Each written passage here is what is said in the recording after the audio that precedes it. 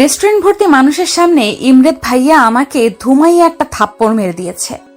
আমি গালে হাত দিয়ে চোখ নিচু করে দাঁড়িয়ে আছি, আর এক হাত দিয়ে চোখের জল মুছছি। পুরো নাম আদ্রিস চৌধুরী ইমরেত। দেখতে মাশাআল্লাহ তাদের বংশের সবচেয়ে সুদর্শন পুরুষ, সাথে লম্বার দিক দিয়েও। বয়স 28 ওনার। অলওয়েজ গম্ভীর মুখের আর ফর্মাল লুকে থাকা ওনার অভ্যাস। কথা এত বেশি কমও বলে যে সব কথার ওনার হ্যাঁ বা না এর মধ্যেই শেষ। ওনার কথায় হেরফের যদি হয় ওনার বাড়িতে, তাহলে তো ওই দিন যুদ্ধ লেগে যায়। দেশের সফল ব্যবসায়ী প্লাস ডাক্তার হওয়ার সুবাদে তিনি বিভিন্ন বিজনেসম্যানদের কাছ থেকে তার মেয়ের জামাই হওয়ার অনেক প্রস্তাবও পেয়েছে, কিন্তু উনি মনে হয় সালমান খানের পথ অনুসরণ করতে চান, অর্থাৎ আজীবন সিঙ্গেল থাকার পণ করে আছেন। আমি ফারা আক্তার নিধি, বয়স 19, এইবার অনার্স প্রথম বর্ষের স্টুডেন্ট। আমার বাবা মায়ের সাথে গ্রামে ছিলাম, কিন্তু গ্রামে যে মেয়েরা থাকে তাদের খুব দ্রুত বিয়ে দিয়ে দেয়। ওখানকার এক জমিদারের ছেলের রকি আমাকে একদিন স্কুলে যাওয়ার পথে দেখেছিল। সেই থেকে প্রচুর ডিস্টার্ব করত, যেখানে সেখানে মারামারি করত কেউ আমার সাথে কথা বলতে আসলে। ওর ভয়ে কেউ আমার সাথে মিশতো না। একদিন রকির বাবা বিয়ের প্রস্তাব নিয়ে আসে। না করে দিতে পারছে না, এই প্রস্তাব করলে আমার বাবা মায়ের গ্রামে থাকা মুশকিল হয়ে যাবে। তবুও বাবা না করে দিতে জমিদার সাহেব কিছু না বলে চলে যান, কিন্তু তার ছেলে রকি এসে অনেক ঝামেলা করে, নানান হুমকি দিয়ে যায়। বাবা মা উপায়ন্ত না পেয়ে আমাকে তার খালাতো বোনের ছেলের কাছে, অর্থাৎ এই যমরাজ লোকটার কাছে ক্লাস 10-এ থাকতেই আমাকে পাঠিয়ে দেন। পরিচয় তো হলো, এবার চলুন এত সৃজনশীল থাপ্পড় খাওয়ার রিজনটাও জেনে আসি। ফ্ল্যাশব্যাক। ফ্রেন্ডদের সাথে কলেজ শেষে আড্ডা দিতে রেস্টুরেন্টে এসেছি। আমরা মোট 10 জন ছিলাম। তার মধ্যে আমাদের ছেলে ফ্রেন্ড ছিল 4টা, আর আমি সহ মেয়ে ছিলাম 6টা। সবাই খুব মজা করতে করতে রেস্টুরেন্টে আসছি। খাবারের টেবিলে বসে খাবার অর্ডার দিয়ে বসে আছি। আমি রেস্টুরেন্টে আসলে চাউমিন খাবই খাবো। চাউমিন খাওয়ার জন্য আমি টাকা খরচ করি না, হেঁটে বাড়িতে চলে আসি। আমি চাউমিন অর্ডার দিয়ে বাকিটা তাদের অর্ডার দিয়ে বিভিন্ন গল্প গুজব করতে ব্যস্ত ছিল। আমি বরাবরের মতো চঞ্চল স্বভাবের মেয়ে, প্রচুর কথা বলতে ভালোবাসি। তবে কেউ যদি ক্লোজ হয়ে যায় তবে, না হলে আমি অপরিচিতদের কাছ থেকে সবসময় দূরেই থাকি। রেস্টুরেন্টটা 5 স্টার হওয়ার সুবাদে নামি দামি বিজনেসম্যানরা এখানে মিটিং এর জন্য আসেন। বড়লোক বাপের পোলারা ছুকরি মাইয়া পটাইয়া কেউ ডেটেও আসে, কিন্তু ভাই প্রেমে পড়তে পারলাম না কেন এখনো, এই নিয়ে আফসোস করি। তার মানে এই না যে আমার ব্যাচেলর লাইফ খুব দুঃখের। আমি আমার ব্যাচেলর লাইফ নিয়ে খুব খুশি, কিন্তু আশেপাশে লুতুপুতু কোনো প্রেম দেখলে মনে হয় আজ যদি কোনো বিএফ থাকতো, কিন্তু পরক্ষণেই ভেবে ফেলি যাক আল্লাহ বাঁচাইছে, এমন আপদ জীবনে নাই। ওয়েটার চাউমিন নিয়ে আসা দেখে আমি খুশিতে গদগদ হয়ে গেছি, কারণ চাউমিন দেখলে আমার মাথা ঠিক থাকে না। তবে সব সময় না, যখন ক্রেভিং জাগে তখন আর কি। আজ ক্রেভিং জাগছে যে চাউমিন খাবোই খাবো। ওয়েটার এদিকে আসতে দেখে আমি হাত বাড়িয়ে চাউমিন নিতে যাব, অমনি এক পিচ্চি বাচ্চা কই থেকে দৌড়িয়ে এসে আমার পায়ের সাথে ধাক্কা খেয়ে নিজে তো পড়ছেই আমার নিয়ে পড়েছে, সাথে আমার চাউমিন ফালায় দিয়েছে। আমার চাউমিন। নিচে বসে নিধি বলল। ওপরে তাকিয়ে দেখলো সুট পরা এক লোকের মাথায় চাউমিন পড়ে গেছে। লোকটি যখন ঘুরে তাকালো, নিধির কলিজা গলার কাছে চলে আসছে, কারণ চাউমিনটা আর কারো মাথায় না, যমরাজের মাথায় ঠুকো ইমরেতের মাথায় পড়েছে। নিধিকে তার ফ্রেন্ড শামীম তুলে উঠালো। নিধি উঠে দাঁড়িয়ে পড়লেও চলার শক্তি নেই। ইমরেতের চোখ দিয়ে মনে হচ্ছে আগুন বের হচ্ছে। সামনে এসে নিধিকে এক থাপ্পড় দিল। ব্যাস, পুরা রেস্টুরেন্টের মানুষ ফ্রিতে সিনেমা দেখে নিল। বর্তমান এটা হলো আমার থাপ্পড় খাওয়ার কাহিনী। বাপ মায়ের একমাত্র সন্তান হওয়ার সুবাদে কখনো জীবনে মার খাওয়ার সুযোগ হয়নি, কিন্তু যেদিন থেকে ওদের বাড়িতে এসেছি কখনো সোজা মুখে এই কুমড়ো পটাশ আমার সাথে কথা বলেনি। অলওয়েজ রেগে মেগে কথা বলে, মনে হয় ওর কোন পাকা ধানে মই দিয়েছি আমি। একে তো থাপ্পড় খাওয়ার জন্য গালটা ভীষণ জ্বলছে, কান্না আসছে খুব, কেঁদেও যাচ্ছি, চোখও মুচ্ছি, আবার চাউমিন আমার পড়ে গিয়েছে দেখে আরো ভ্যা ভ্যা করে কাঁদতে লেগেছি। বাসায় আসছে নিধি, কিন্তু ভেতরটা ধুকপুক করছে ভীষণ ভাবে, কারণ মার খেয়েছে বাইরে ঠিকই, কিন্তু বাড়িতে ওনারই। আবারও যদি থাপ্পড় মারে। থাপ্পড়ের কথা মনে হতেই অটোমেটিক গালে হাত চলে গেল নিধির। কোনো রকমের ভেতরে আসলো সে। পেছন দিক থেকে দুইটা পিচ্চি হাত নিধির কোমর ধরে বলল। ফুপি ধরে ফেলেছি। নিধি ফিক করে হেসে দিয়ে বলল। কে এমন দুঃসাহস করলো? আমি এই বাড়ির রাজকন্যা। বলেই সামনে এসে নিজের দুই হাত কোমরে রেখে বলল। নিধি বাচ্চাটাকে কোলে নিয়ে এই পাক দিয়ে বলল। কেমন আছে আমার রাজকন্যা? বলবো কেন? সকালে না দেখা দিয়ে তুমি চলে গেছিলে কেন? পিচি বলে উঠল। সরি পরি, আমি আসলে যখন তোমার ঘরে যাই তখন তুমি ঘুমিয়েছিলে, তাই আমি না ডেকেই চলে আসি। নিধি মাসুমের মতো মুখ করে বলল। আচ্ছা আচ্ছা থাক, আমাকে ইমোজির মতো ব্ল্যাকমেল করতে হবে না। পিচিটা বলল। ইমোজি আবার কি? নিধি অবাক হয়ে বলে উঠল। ও মা, তুমি ইমোজি চিনো না? মা যখন রাগ করে বাবা তখন এইভাবে ইমোজির মতো ব্ল্যাকমেল করে। পিচি বলল। এতক্ষণে নিধি বুঝতে পারলো ও কিসের কথা বলছে। মামুনি, ওটা ইমোজি না, ইমোশনাল ব্ল্যাকমেল হবে। মাথায় হাত দিয়ে ওই হলো ব্ল্যাকমেল আছে তো নাকি? মুখ ভেঙচিয়ে বলল পিচি। মাহি? পেছন থেকে ডাক পড়ল। জি, অর্থাৎ মাহি আমার জামার পেছনে লুকিয়ে পড়লো আর বলল, সামনে এসে 28 বছর বয়সী নারী আসলো। ইনি হলেন ভাবি, অর্থাৎ ইমরেদ ভাইয়ার ভাবি, মেহবুব ভাইয়ার বউ। ইমরেদ ভাইয়ারা দুই ভাই, বড়টার বউ হচ্ছে মেহবুব ভাই। মেহবুব ভাইয়ের বউয়ের নাম স্মৃতি ভাবি। ভীষণ ভাবে ভালো উনি। এই নিধি, মাহিকে দেখেছ? নুডলসের প্যাকেট খুলে গার্ডেনে যে ছড়িয়ে আসছে। আজ ওর একদিন কি আমার একদিন। নিধি কিছু বলতে যাবে তার আগে ভাবি খপ করে মাহির হাত সামনে টেনে নিয়ে আসলো। রাগী চোখে মেয়ের দিকে তাকালে মাহি টুপ করে তার মায়ের গালে চুমু খেয়ে বলল, সরি মা। এরকম কাজ করলে কেউ কি আর রেগে থাকতে পারে? স্মৃতি ভাবিও হেসে দিল। মায়ের হাসি দেখে মাহি এক দৌড় দিল। আরে আসতে বাবা, পড়ে চাপাতো। স্মৃতি বলল। নিধি মা মেয়ের মুহূর্ত উপভোগ করছিল। ইস, সে যখন গ্রামে থাকতো তার মায়ের সাথে কতই না দুষ্টুমি করত।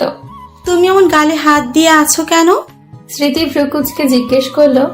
নিধি কি বলবে বুঝতে পারছে না, ভ্যাবাচাকা খেয়ে বসে আছে। আর বলবেই বাকি, যে তার গুণধর দেবর সামনে থাপ্পড় মেরেছে। মানে আজ র্যাক ছিল কলেজে, কাকে র্যাক দিয়েছিল কে জানি, তার জন্য থাপ্পড় আমি খেয়েছি। নিধি নিয়ে বিনিয়ে বলে উঠল। স্মৃতি গালের হাত সরিয়ে দেখলো 5টা আঙ্গুলের দাগ একদম বসে গেছে। ফর্সা মুখে মনে হচ্ছে লাল রক্ত জমাট বেঁধে গেছে। এ কি, কত জোরে মেরেছি তোমাকে! পুরো গালের কি অবস্থা! স্মৃতি আটকে উঠে বলল। আজ তোমার ভাইয়া আসুক, কোন বেয়াদবের দল এই হাল করেছে। ভার্সিটি যে সব কয়টাকে খবর নিতে বলব। স্মৃতি ভাবি রেগে গিয়ে কথাগুলো বলল। তারপর আমার হাত টানতে টানতে ডাইনিং এর চেয়ারে বসিয়ে আইস প্যাক ধরে থাকলো। আসলে ভাবি আমাকে প্রচুর ভালোবাসে। আমার সব প্রয়োজন উনি এক নিমেষেই বুঝে যান। ক্লাস 10 থেকে আছি এই বাসায়, কিন্তু উনি আমার মায়ের মতন সব জিনিসের খেয়াল রাখে। আসলে মেহবুব ভাইয়া আর ইমরাত ভাইয়ার মা বাবা মারা যাওয়ার পর স্মৃতিভাবেই সংসারটা সামলে রেখেছে। এত নামি দামি মানুষ হয়েও এক চুল পরিমাণ অহংকার নেই। এমনকি স্মৃতিভাবির ফ্যামিলিও অনেক হাই ক্লাস, কিন্তু তাদের পিতা মাতার মন একদম পানির মতো পরিষ্কার, কোনো ভেজাল নেই। রাতের বেলা ইমরাত ভাইয়া হসপিটালের ডিউটি সেরে বাসায় আসছে। মেহবুব ভাইয়া অফিস থেকে ফিরে এসেছে। মাহি বসে আছে আর সবার জন্য অপেক্ষা করছে।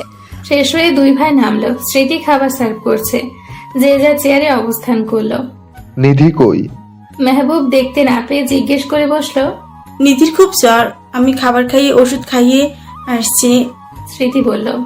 সে কি, জ্বর হলো কিভাবে? মেহবুব অবাক হয়ে বলল। মার খেয়ে জ্বর আসছে। স্মৃতি বলল। কে মেরেছে?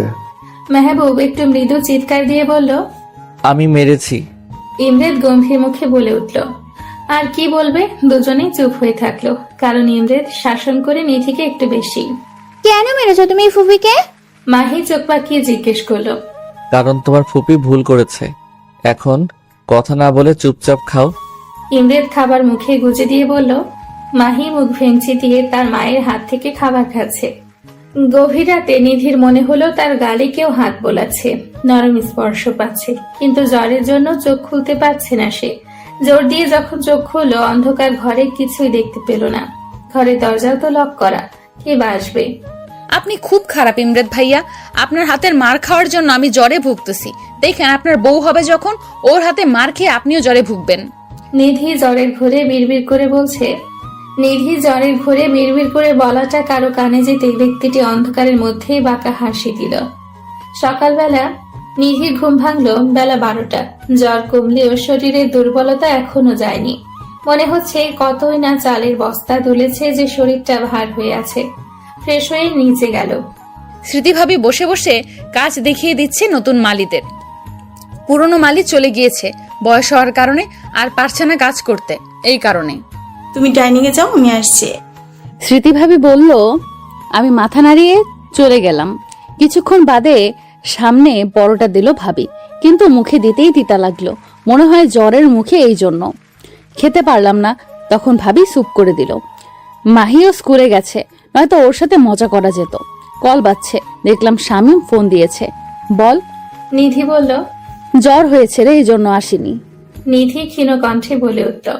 এদিকে একটা আননোন নাম্বার থেকে নিধির ফোনে কল এসে চলেছে। নিধি দেখেও অ্যাভয়েড করলো, যেহেতু চিনে না দেখেও কি হবে। বেশ কিছুক্ষণ কথোপকথন চলল। যে ব্যক্তিটি ফোন দিয়ে বারবার ওয়েটিং পাচ্ছিল সে রাগে সজোরে গ্লাস ভেঙে ফেলল। সন্ধ্যাবেলা নিধি আরামসে শুয়ে ফেসবুক চালাচ্ছে। নিউজ ফিডে এটা সেটা ফানি ভিডিও দেখছে আর হাসছে একটু পর পর। ইমরান নিধির রুমে এসে যখন দেখলো নিধি ফোনে কি দেখছে আর হাসছে, তখন নিধির কাছে এসে ফোনটা নিয়ে সজোরে ফোনটা ফেলে টুকরো টুকরো করে দিল। আল্লাহ, আমার ফোন! নিধি তড়িঘড়ি করে তুলতে গেলে ইমরান হ্যাঁচকা টান দিল। যেহেতু কাজের সময় তোমাকে পাওয়া যায় না, ফোনও তোমার কাছে থাকবে না। ইমরান দাঁত চেপে কথাগুলো বলে হনহন করে বেরিয়ে পড়ল। নিধির চোখে জল এসে গেছে। কেন তাকে দেখতে পারে না এই লোক? কি করেছে সে তার? ভাঙা ফোন হাতে নিয়ে বসে বসে কাঁদছে নিধি। নিধি অনেকক্ষণ যাবৎ ঘর থেকে বের হয়নি, আর বের হবে। নিজে নিজে বকবক করছে আর চোখের জল মুছছে নিধি। এদিকে ইমরান নিজের রাগ সংযত করতে পারছে না দেখে ওয়াশরুমে চলে গিয়েছে। গোসল করে বেরোনোর পর একটু হালকা লাগছে, তবে নিধির ফোন ওয়েটিং এর কথা মনে পড়তেই আবারও মাথায় রাগটা ফুলে উঠছে। রাতের বেলা ডাইনিং এ যেয়ে ইমরান দেখলো নিধি খেতে আসেনি। নিধি কই? ইমরান গম্ভীর মুখে স্মৃতিকে প্রশ্ন করলো। ভাই ও আসবে না, তুই খেয়ে নে। ঘরে বসে মাহি আর নিধি মিকি মাউস খেলতেছে। মেহবুব বলে উঠল স্মৃতি বলার আগেই। রাগে গাটা আরো রিরি করে উঠল ইমরানের। কোনো রকমে দাঁতে দাঁত চেপে মুখের ভেতরে খাবার গুজে উপরে চলে গেল। এদিকে মেহবুবের নজর গেল স্মৃতির শাড়ি ভেদ করে পেটের উপর। চট করে শয়তানি করার বুদ্ধি মাথায় আসলো তার। পানি হাতে নিয়ে স্মৃতির পেটে হাত রাখলো মেহবুব। এরকম আক্রমণে স্মৃতি চিৎকার দিতে যেয়েও থেমে গেল। বুঝলো বাহিরে আছে, চিৎকার দিলে খারাপ দেখায়। কটমট করে মেহবুবের দিকে তাকালে সে খুব মনোযোগ দিয়ে চিকেন খাচ্ছে। এদিকে মেহবুব ভেজা হাত সরায়ও না, ভেতরে ভেতরে পৈশাচিক আনন্দ নিচ্ছে। স্মৃতি টেবিলের নিচ দিয়ে দিল এক গুঁতো মেহবুবের পায়ে। আহ! মেহবুব ব্যথাতে বলে উঠল। স্মৃতি দেখলো মেহবুব হাত সরিয়ে দিয়েছে, দেখে হাত ছেড়ে বাঁচলো। আরেকবার এমন করলে তোর সব কয়টা হাড় ভেঙে দিব আমি। রাগে গিজগিজ করতে করতে ডাইনিং ত্যাগ করলো স্মৃতি। লেটস সি বেবি, রুমে যাও। তোমার কপালে কি আছে দেখবে, তখন দেখবে। মেহবুব শয়তানি হাসি দিয়ে বলল। ইমরান সার্জারি নিয়ে একটু কথা বলছে অফিসের লোকের সাথে। কাল সকালে একটা বড় অপারেশন করতে হবে তাকে। বড় অপারেশন সব ইমরান করে, এমার্জেন্সি ছাড়া যায় না সে হসপিটাল। বাকি সময় ব্যবসায় লোকজন ভাবে এত ট্যালেন্ট কিভাবে আসে, দুই দিক সামাল দেয়। ইমরান কথা বলতে বলতে চোখ আটকে গেল সামনের বেলকুনিতে। সামনের বেলকুনিতে নিধি ইজি চেয়ারের ওপর গুটিসুটি মেরে মাহিকে বুকের ওপর রেখে ঘুমিয়ে গেছে। ইমরান প্রয়োজনীয় কথা শেষ করে মাহি রুমে রওনা দিল। মাহি রুমে গিয়ে ইমরান দেখলো মাহিকে বুকে চেপে নিধি ঘুমিয়ে আছে।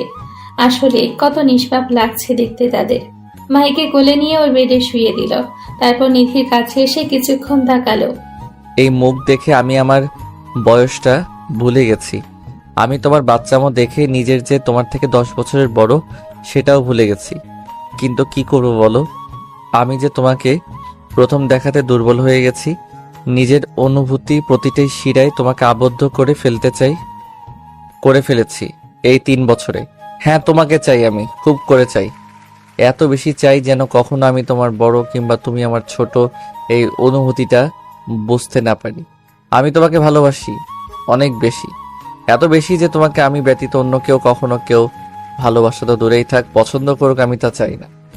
আমি পারলে তোমাকে আমার বক্ষ পিঞ্জরে লুকিয়ে ফেলতে চাই। আজ যখন তোমার খোঁজ নেওয়ার জন্য ওয়েটিং দেখলাম, মনে হচ্ছে সামনে পেলে ঠাটিয়ে 2টা চড় মারি। দুনিয়ার সবার সঙ্গে তোমার যত কথা, আর আমি সামনে আসলে তোমার মুখ বন্ধ হয়ে যায়। আমার অনুভূতির তোমার চোখে পড়তে দেই না, আমি জানি, কিন্তু খুব শীঘ্রই তোমাকে আমার অনুভূতির সাথে পরিচয় করাবো। নিধিকে কোলে তুলে মাহির পাশে শুয়ে দিল। কথাগুলো নিধির শুনতে পেত, কিন্তু ঘুমের জন্য তার হুঁশই নেই। কেউ তাকে তার অজান্তেই এত বেশি কেউ চেয়ে ফেলেছে। নিধির কপালে চুল সরিয়ে মাথায় চুমু দিয়ে দুজনের গায়ে চাদর দিয়ে লাইট অফ করে ইমরেত চলে গেল। স্মৃতি ঘুমাতে পারছে না। যখন সে বেডে ঘুমাচ্ছে, মেহবুব তার গায়ে পানির ছিটা মারছে। দেখলো কোনো উপায়ন্তর নাই। নিজের রুমে থেকে চাদর নিয়ে বারান্দায় চলে গেল।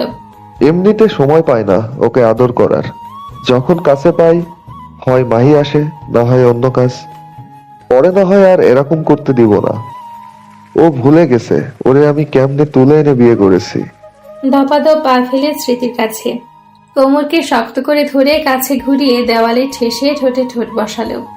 বেশ কিছুক্ষণ ছোটাছুটি করে স্মৃতি পার পেল না যখন, তখন নিজেও তাল মেলালো। সে জানে মেহবুব বরাবরই জেদি, আর সেখানে স্মৃতিকে নিয়ে সবসময় সিরিয়াস। স্মৃতির গায়ের ঘ্রাণ মেহবুবের কাছে টনিকের মতো কাজ করে। স্মৃতিকে কোলে তুলে ভালোবাসার রাজ্যে ডুব দিল মেহবুব। সকালবেলা নিধি নিজেকে বেডে পেয়ে একটু অবাক হলো। সে তো ছিল মাহিকে নিয়ে বারান্দায়, এখানে কিভাবে এলো? মাহির দিকে তাকিয়ে দেখে সে এখনো ঘুমে কাদা। 4 বছরের মাহি, তার মা বাবার মতো গায়ের রং পেয়েছে, দেখতেও পুতুল।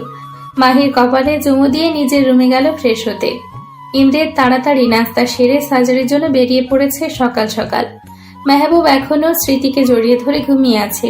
কিছুক্ষণ আগে মেহবুবকে ঠেলে উঠতে যেয়ে স্মৃতি এক দফা কামড় খেয়ে শুয়ে আছে। আরেকবার যদি এরকম করো, গতকাল রাতে যেমন রেস্ট দিই নাই, আর সারাদিনও তাই হবে।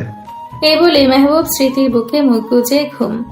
স্মৃতি মনে মনে গালি দিলেও মেহবুবের দিকে তাকিয়ে একটা প্রশান্তির হাসি দিল সে। সকালে নিধি উঠে সবার জন্য নাস্তা বানালো। ভাবলো সবাইকে চমক দিয়ে দিবে যে সেও পারে। এদিকে নিধি ফ্রেশ হয়ে ক্যাম্পাসে যায়, আর সেখানে যোগাযোগ করে হোস্টেলের সিট ফাঁকা আছে কিনা খোঁজ খবর নেয়। বন্ধুরা ফোন দিয়ে পায় না নিধিকে, এজন্য জিজ্ঞেস করছে ফোন অফ কেন। কি বলবে বুঝতে না পেরে নিধি কথা কাটিয়ে অন্য কথা তুলে ব্যস্ত হয়ে পড়ল। ইমরেত সার্জারি শেষে ফ্রেশ মুড নিয়ে কেবিনে আসছে। তার অপারেশন সাকসেস হয়েছে, এমন কোনো রেকর্ড নাই যে সে হিট করে নাই। কোনো অপারেশন তার আনসাকসেসফুল হয়নি। বেচারি গান না শুনে থাকতে পারে না। ফোন নাই কিভাবে যে আছে। বাসার লোকের সাথে সে ল্যান্ডলাইনে কথা বলল। আমার দেয়া ফোন নিবে না জানে সে, স্মৃতি ভাবিকে দিয়ে দেয়াবে। বাঁকা হাসি দিয়ে ভাবছি ইমরেত। ফোন বাজছে ইমরেতের। রিসিভ করে দেখলো তার গার্ডের নাম্বার এটা। স্যার, নিধি ম্যাম হোস্টেলে সিট খুঁজছে। বেশ কয়েকজনকেও বলেছে। এখন ওর শামীম ফ্রেন্ডের সাথে বসে বলছে যে করেই হোক সিট খুঁজে দিতে। গার্ডটি বলল। গার্ডের কথাগুলো শুনে ইমরেতের ভালো মুডটা নিমিষেই বিষে পরিণত হলো। মাথার মধ্যে মনে হচ্ছে দপ করে আগুন জ্বলে উঠল। রাগগুলো কেমন চাড়া দিয়ে উঠছে। আজ এর বিহিত করেই ছাড়বে সে। ও যেন সিট খুঁজে না পায়। আর শামীম ছেলেটারে একটা ধোলাই দাও, যেন হসপিটালে 1 মাস থাকে। খরচ নিয়ে নিও, অফিসে এসে গট ইট। রাগে দাঁতে দাঁত চেপে বলল ইমরেত। ফোন কেটে মাথার চুলগুলোকে অনবরত টানছে ইমরেত। মেজাজে সপ্তমী তার। সিট খুঁজে বের করাচ্ছি তোমার আমি। অ্যাপ্রন খুলে গাড়ির চাবি নিয়ে বেরিয়ে পড়ল। কলেজে নিধি কলেজের সামনে রিক্সার জন্য ওয়েট করছে, কিন্তু এই ভর দুপুর এসে রিক্সা পাচ্ছে না। এমনিতেও হস্টেলের সিট খোঁজার চক্করে অনেক লেট হয়ে গেছে। নিধির সামনে একটা গাড়ি এসে থামলো। নিধি দেখে অ্যাভয়েড করলো। কিছুটা দূরে সরে এসে আবারও রিক্সা খোঁজার জন্য ব্যস্ত হয়ে পড়ল। গাড়ির ভেতরের মানুষটা বেরিয়ে এসে নিধির হাত এত শক্ত করে ধরলো, টেনে হিচড়ে নিয়ে যাচ্ছে। গাড়ির ভেতরের মানুষটা আর কেউ নয়, ইমরেত। ফর্সা মুখ রোদে একদম চকচক করছে, কিন্তু মুখ লাল হয়ে গেছে রাগে। আরে ইমরেত ভাইয়া ছাড়েন, কই নিয়ে যান ভাইয়া? আমি যাব না। আজব লোক, আপনি শুনতে পান না? নিধি বলেই যাচ্ছে আর হাত মুচড়াচ্ছে। ইমরেত নিধির মুখে ভাই ডাক শুনলে খেপে যায়, কিন্তু কিছু বলেনি এতদিন। আজ এমনিতেও মেজাজ গরম, ভাইয়া ডাক শুনে আরো চেতে গেছে সে। গাড়ির দরজা খুলে নিধিকে ধাক্কা দিয়ে বসালো। নিধি হাতে ব্যথা পেয়েও ভয়ে কিছু বলছে না, কারণ ইমরেতের এই রূপ কখনো সে দেখেনি। ইমরেত নিজেও গাড়িতে বসে পড়ে, নিধির দিকে ঝুঁকে সিট বেল্ট লাগালো। প্লিজ ভাইয়া গাড়ি চালাবেন না, আমি বাড়ি যাব। নিধি এক প্রকার ভয়ে বলেই দিল। নিয়ে যাওয়াচ্ছি বাড়ি। দাঁতে দাঁত চেপে বলল ইমরেত। স্মৃতি মাত্র গোসল সেরে বের হলো। কাল রাত থেকে মেয়ের দেখা পায়নি সে। তাড়াহুড়ো করে বের হয়ে খুঁজছে মাহিকে। মাহিকে পেল স্মৃতি গার্ডেনে, মাটি খেলা অবস্থায়। পুরো জামাতে মাটি ভরিয়ে দিয়েছে। ওকে কোলে তুলে নিয়ে গেল গোসল করানোর জন্য। এদিকে মেহবুব স্মৃতিকে খুঁজেই যাচ্ছে, কিন্তু ডাক দিয়েও পায় না। স্মৃতি মাহিকে গোসল করে নিয়ে আসছে কোলে করে। মা মেয়ের খুনসুটি দেখতে মেহবুবের অনেক ভালো লাগছে। চুপ করে স্মৃতির কোমর জড়িয়ে ধরল পেছন থেকে। স্মৃতি একটু কেঁপে উঠাই বলল, মাথাটা গেছে নাকি বাচ্চার সামনে? তো মেহবুব রুকুচকে দুজনকে আবারও জাপটে ধরল। গাড়ি চলছে অজানা রাস্তায়। ধুকপুক করছে নিধির মন। কিছু বলতে গেলেই ইমরেত চোখ পাকিয়ে তার দিকে তাকাচ্ছে। এমন লোক দেখে ভয়ে তার জান এতটুকু হয়ে গেছে। ভাইয়া, একটু ঢোক গিলে নিধি ডাকলো ইমরেতকে। ইমরেত গাড়ি থামালো, জোরে ব্রেক কষে। রক্তিম চোখ নিয়ে তাকালো নিধির দিকে। নিধি ইমরেতের এই চোখগুলো দেখে একটা শুকনো ঢোক গেল। কেন যে হাতে ধরে নিজের কপালের নিচে ফাটাতে যায় সে? মনে মনে ভাবছে নিধি। ইমরেত ঝুঁকে আসে নিধির দিকে। এমন কাছে আসা ইমরেতের নিধি কেমন যেন একটু ভড়কে যায়। তবে ইমরেতের শরীর থেকে খুব সুন্দর একটা ঘ্রাণ আসছে বলে মনে হচ্ছে। নিধির আজ মনে হচ্ছে খেয়ে ফেলি ঘ্রাণ সহ মানুষটাকে। ছি ছি, কি সব ভাবছি আমি। মনে মনে নিজেকে উগান্ডা বলে গালি দিলাম।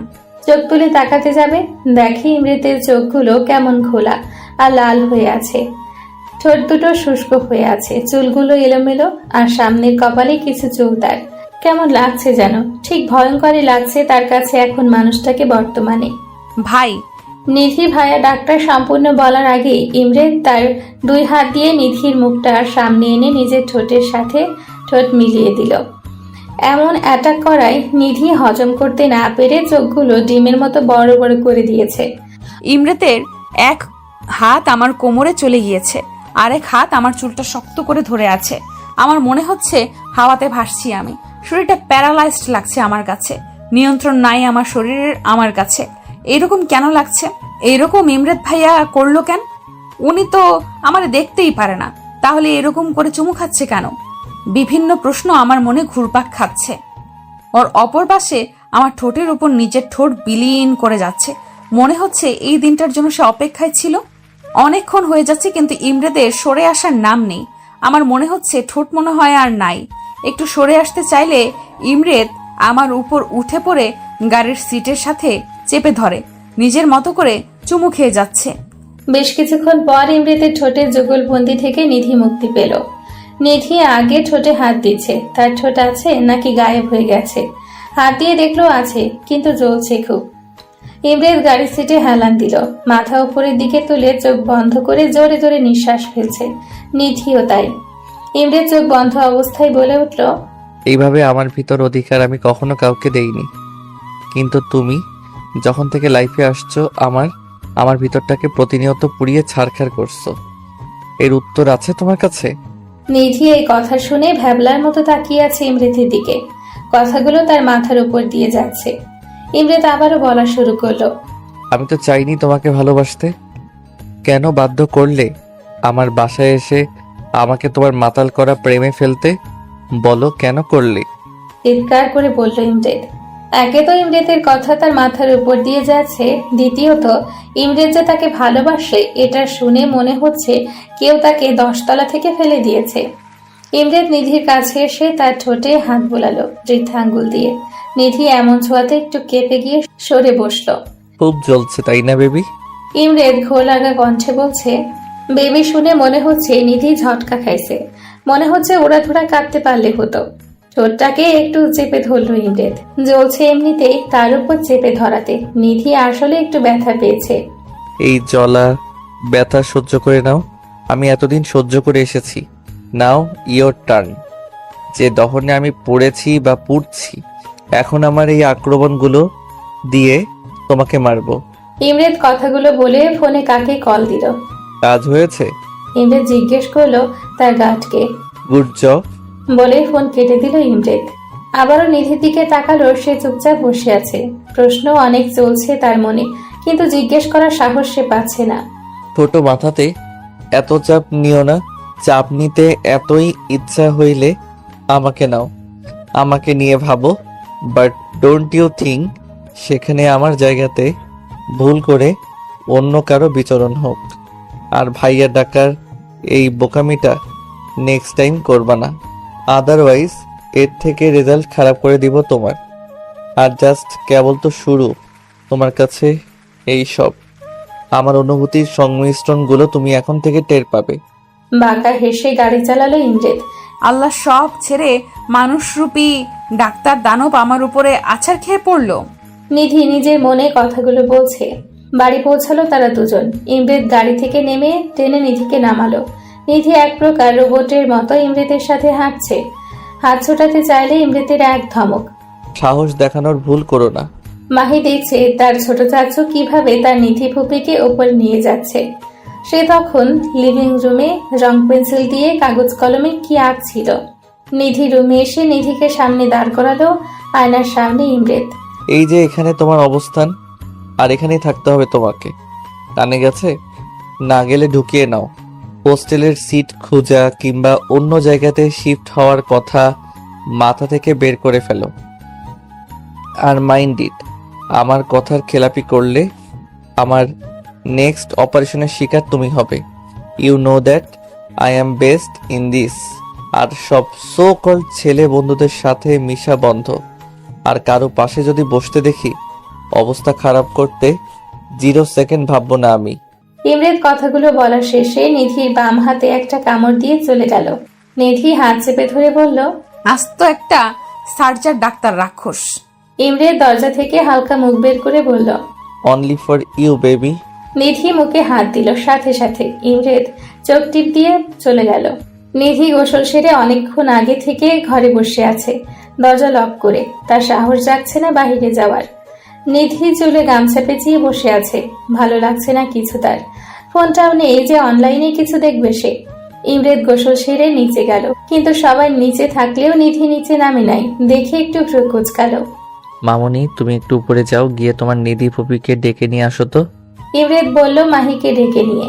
আমি কেন যাব? তুমি যাও, ফাইট হয়েছে তোমাদের। মাহি এক নাগাড়ে প্রশ্ন করলো। ইমরেদ বিড়বিড় করে বলল। মাহি ইমরেদকে ঝাঁকিয়ে জিজ্ঞেস করলো, বলো না। কিছু না রে মা। আচ্ছা তুমি যেও না, আমি যাই। ইমরেদ বলল। না, ফুপি না করেছে রুমে যেন কেউ না আসে। মুখ বাঁকিয়ে মাহি বলল। কেন? ইমরেদ ফ্রুকুচকে জিজ্ঞেস করলো। ফুপির মাথা ব্যথা, ঘুমাবে। মাহি বলল। ইমরেদ জানে নিধি কেন নিচে নামছে না। বেশি কিছু বলল না, জাস্ট তার ভাই ভাবিকে ডেকে জানালো তার কিছু কথা আছে জরুরি ভাবে। মেহবুব, স্মৃতি আর ইমরেদ ডিনার সেরে লিভিং রুমে যেয়ে বসলো কফির মগ নিয়ে। বল তোর জরুরি কথা। মেহবুব বলল। ভাইয়া নিধি হোস্টেলের সিট খুঁজতে বেরিয়েছিল। ইমরেদ পায়ের ওপর পা তুলে কফির মগে চুমুক দিয়ে বলল। সে কি কেন? স্মৃতি একটু জোরে বলল। আস্তে। মেহবুব বলে উঠল। স্মৃতি দমে গেলেও চোখের ইশারায় নানান প্রশ্ন ঘুরপাক খাচ্ছে ইমরেদের সামনে। আমি ওর ফোন ভেঙে দিয়েছি এই জন্য, আর এর আগের দিন থাপ্পড় মেরেছিলাম ওই জন্য। ইমরেদ আরামসে কথাগুলো বলল। রিজন? মেহবুব রুকুজকে বলল। মেহবুব আর স্মৃতি জানি ইমরেদ নিধিকে দেখার পর থেকে ভালোবাসে, কিন্তু কখনো প্রকাশ করেনি। নিধির উপর জোর খাটানো, তাকে বকা দেওয়া সবকিছুই তারা বুঝতো, কিন্তু ইমরেদ বিষয়টা এড়িয়ে চলেছে বরাবরই। ভাইয়া ও ভুল করেছে, এক হোস্টেল খোঁজে, আর সেটা ছেলে ফ্রেন্ডের হাত দিয়ে। আর সেদিন আমার মাথায় চাউমিন ফেলেছে, ওর এই ছেলে ফ্রেন্ডটাকে তুলেছে। আবার সেদিন আমি ফোন দিয়ে ওয়েটিং পেয়েছি, পরে জেনেছি ওর ছেলে ফ্রেন্ড কল দিয়েছিল, আর আমি যে কল দিয়েছি ওর চোখে পড়ে নাই। আমি ছাড়া অন্য কোনো ছেলের সাথে কথা বলতে পারবে না, এই জন্য ফোন ভেঙে দিয়েছি। রাগে চোখ মুখ শক্ত করে বলল ইমরেদ। সে তো ঠিক আছে, কিন্তু তুই কি ওকে বলেছিস তোর মনের কথা? মেহবুব জিজ্ঞেস করলো। ইয়া, বলেছি। ইমরেদ ভাবলেশীন হয়ে উত্তর দিল। অ্যাকসেপ্ট করেছে নাকি না? মেহবুব বলল। করে নাই, আসলে শখে আছে এক প্রকার। আরে অ্যাকসেপ্ট করলে তো ভালো, আর না করলেও তাকে এইখানেই আমারে বিয়ে করে তাকে সংসার করতে হবে। ইমরাত একটু বাঁকা ভাবে উত্তর দিল। দুই ভাই এক। স্মৃতি বিড়বিড় করে বলল। মেহবুব ঠিকই শুনতে পেয়েছে স্মৃতির কথা। স্মৃতির দিকে তাকাতে সে ভেঙচি দিল। মেহবুব বাঁকা হাসি দিল, ইশারায় বোঝালো। ভাবি, এইটা ফোন ওর জন্য নিয়েছি, তুমি দিয়ে দিও, আমি দিলে কাহিনী করবে। স্মৃতির হাতে ইমরাত ফোন দিয়ে উপরে চলে গেল নিধির রুমে। মেহবুব স্মৃতিকে কোলে তুলে নিজের ঘরের পথে রওনা দিল। আরে আবার করে তুলে নিয়েছো তুমি, বাড়িতে দেখে নিলে কে কি ভাববে? স্মৃতি এভাবে নানান কথা বলছিল। মেহবুব নিজের ঠোঁট দিয়ে স্মৃতির মুখ বন্ধ করে দিল। ইমরাত নিধির রুমে যেয়ে দেখে সে বারান্দাতে দাঁড়িয়ে আকাশের দিকে তাকিয়ে স্থির দৃষ্টিতে। তার মানে সে এখনো ঘুমায়নি। ইমরাত পেছন থেকে নিধিকে ধরলে নিধি ভয় পেয়ে এক লাফে ইমরাতের থেকে 2 হাত সরে গেল। ইমরাত ভ্রু উঁচিয়ে জিজ্ঞেস করলো, এনিথিং রং? নিধি মুখ ঘুরিয়ে নিল। আপাতত এখান থেকে কেটে পড়তে পারলেই ভালো হবে। এই মানুষটার সাথে কথা বলতে ভালো লাগে না। কাম। ইমরাত হাত দিয়ে কাছে ডাকছে নিধিকে। নিধি মুখ উঁচিয়ে ভেঙচি দিল যে সে যাবে না। ইমরাত কটমট করে তাকালেও নিধি নজর স্থির তার নিজের পায়ের দিকে। ইমরাত কাছে যেয়ে নিধির কোমর চেপে উপরে তুলল। নিধি হকচকিয়ে তাল সামলানোর জন্য ইমরাতের টি শার্টের গলা ধরে আছে। এই কথা তো একেবারে কানে যায় না তোমার, তাই না? ইমরাত রেগে জিজ্ঞেস করলো। আপনি যখন তখন এইভাবে কাছে আসেন কেন? একটু নামান আমাকে। নিধি বলল। আমি সবসময় নিজের মর্জি চলি, এটা হয়তো তুমি এতদিনে বুঝে গেছো। ইমরাত ফ্রুকুচকে জিজ্ঞেস করলো। মাহি চলে আসবে প্লিজ ভাইয়া, ওর ঘুমানোর টাইমও হয়ে এসেছে। নিধি ভয়ে ভয়ে বলল। তো দেখবে তার চাচ্চু আর ফুপি কিভাবে রোম্যান্স করছে। নিধির কানে মুখ নিয়ে কথাগুলো বলল। নিধির এরকম নিঃশ্বাসের সাথে লড়াই করার ক্ষমতা নেই তার। কেমন যেন কুচকে গেল ইমরাতের বুকের মধ্যে। ইমরাত আরেকটু শক্ত করে নিধির কোমরটা ধরল। নিচে আসো নাই কেন? তুমি জানো না আমি তোমার জন্য অপেক্ষা করব? ইমরাত একটু ঘোর লাগা কণ্ঠে কথাগুলো বলছে। আপনি ছিলেন যে এই জন্য যাইনি। নিধি মুখ ভেঙচে কথাগুলো বললেও ইমরাতের দিকে তাকিয়ে সে বুঝতে পারলো ভুল সময়ে ভুল উত্তর দিয়ে ফেলেছে। সাথে সাথে মুখে হাত দিল। ইমরাত নিধির মুখ থেকে তার হাতটা সরালো, ঠোঁটে হালকা স্পর্শ দিল। নিধির মনে হচ্ছে কেউ গলাটা চেপে ধরে আছে। ভালোবাসি খুব বেশি তোমায়। ইমরাত ঘোর লাগানো কণ্ঠে অস্ফুট স্বরে বলে উঠল। ফুপি, মাহি চিৎকারে দুজন দুদিকে ছিটকে পড়ল। নিধি বুকে ফু দিচ্ছে নিজে। আর ইমরাত নিধির ধাক্কা খাওয়াতে একটু রেগে কিছু বলতে যাবে, তার আগে আবারও আওয়াজ। কই তুমি ফুপি? আমি ঘুমাবো, ভয় লাগে তো। মাহি বলছে। নিধি তড়িৎ গতিতে মাহির কাছে গেল আর কোলে তুলে নিল ওকে। নিজের ভাতিজি দেখি শাশুর প্রেমের কারণে হাড্ডি হচ্ছে, বিয়ে হলে দেখা যাবে না। নিধি মাহিকে নিয়ে ঘুমাবে বাসর ঘরে। ইমরাত নিজে নিজে বলল। ইমরাত যাওয়ার সময় নিধিকে শাসিয়ে গেল। সে আরেকবার হাতের কাছে পড়লে খবর আছে। সকালবেলা সবাই ডানিয়ে নাস্তা খাচ্ছিল। এমন সময় উপস্থিত হলো নিধির বাবা মা। নিধি ওর বাবা মাকে দেখে জড়িয়ে ধরলো তাদের। অনেকদিন পর দেখে মনে হচ্ছে কেঁদে দিয়েছে। ঈদে যেতে পারেনি ওই জমিদারের ছেলের জন্য। কেমন আছিস? নিধির মা জিজ্ঞেস করলো। ভালো, তোমাদের দেখে অনেক ভালো হয়ে গেছি। নিধি ওর মাকে বলল। এইভাবে নানান কথা হচ্ছিল। ইমরাত নিধির এমন খুশি মুখ দেখতে চেয়েছিল, কিন্তু বুকের কোণে কোথাও যেন মনে হচ্ছে ব্যথা হচ্ছে। তার চিন্তা, নিধির বাবা মা এসেছে, এখন যদি নিধিকে নিয়ে চলে যায় সে তো থাকতে পারবে না নিধিকে ছাড়া। নিঃশ্বাসটা আটকে আসছে গলার কাছে ইমরাতের। নিধির বাবা মা এখানে এসেছে কারণ নিধির বাবার সরকারি কাজ আটকে পড়ে আছে, সেটা দেখতে এসেছে। মা আমি বাড়ি যাব তোমাদের সাথে। নিধি ওর মাকে বলল। ইমরাত কটমট করে তাকালে নিধি ওর মায়ের পিছে একটু মুখ লুকালো। স্মৃতি ইশারায় ইমরাতকে শান্ত হতে বলে। কেন, আমার বোনের কি এখানে ভালো লাগছে না? মেহবুব জিজ্ঞেস করলো নিধিকে। নিধি মুচকি হাসলো। ইমরাত উপরে গেল। কিছুক্ষণ পর নিধিকে ডাকলো। আমার কফি কই নিধি? ইমরাত বলল। সকালে প্রতিদিন ইমরাতের কফি দেওয়া নিধির কাজ। আসলে নিধি আসার পর এখানে নিধি ইমরাতকে কফি দেয় আন্টি। স্মৃতি ইমরাতের রাগ সম্পর্কে অবগত। সে কেন ডাকছে নিধিকে এখন ভালো মতো বুঝেছে। এখন নিধি না উঠলে যে তাণ্ডব করবে সে সেটা বুঝতে পেরেছে, তাই কথাগুলো বলল।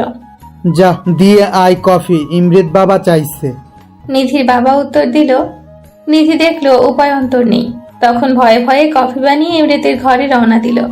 নিজের বুকে ফু দিল যেন যমরাজ তার জমগিরি না তুলে। স্মৃতি, মেহবুব, রফিক এবং রুবা সবাই নিচে কথা বলছে। নিধির বাবা মায়ের নাম। মাহি বসে আছে নিধির মায়ের কোলে। আসলে আঙ্কেল, আপনার সাথে একটু জরুরি কথা ছিল। মেহবুব বলে উঠল। লিভিং রুমে মেহবুব, স্মৃতি আর নিধির বাবা মা বসে আছেন। মাহি বাহিরে তার নানির সাথে খেলছে। হ্যাঁ বাবা বলো। নিধির বাবা চায়ের কাপ টেবিলে রেখে বলল। নিধির বিয়ে শাদীর কথা কি কিছু ভাবছেন? মেহবুব জিজ্ঞেস করলো। আসলে বাবা, বিয়ে তো অনেক আসছে, কিন্তু জমিদারের ছেলের জন্য সবগুলো ভেঙে যাচ্ছে। যে প্রস্তাব দিচ্ছে সে পরিবারকে মারার হুমকি সে দিয়ে আসছে। নিধির বাবা একটু চিন্তিত স্বরে বলল। না জানি আমার মেয়েটার কপালে কি আছে।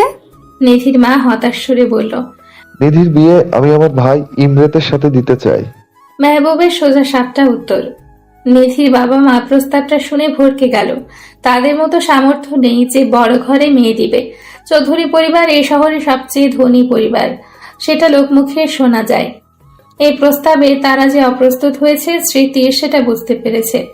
আঙ্কেল, আমাদের ইমরেত খুব ভালো। সে নিধিকে সেই 4 বছর থেকে ভালোবাসে। সে এখানে আসার পর ইমরেতের মধ্যে আমরা যতটা চেঞ্জ দেখতে পাই তা কখনো দেখিনি। আপনি ভাববেন না আমরা জোর করছি। ইমরেত নিধিকে নিয়ে কতটা দুর্বল আমরা দেখতেই পাই সেটা। আর নিধিকে প্রচন্ড ভালোবাসে। নিধিকে ছাড়া অন্য কাউকে এখন পর্যন্ত বিয়ে করতেও চায় না। বিয়ে নামক শব্দ শুনলে রেগে যায় সে।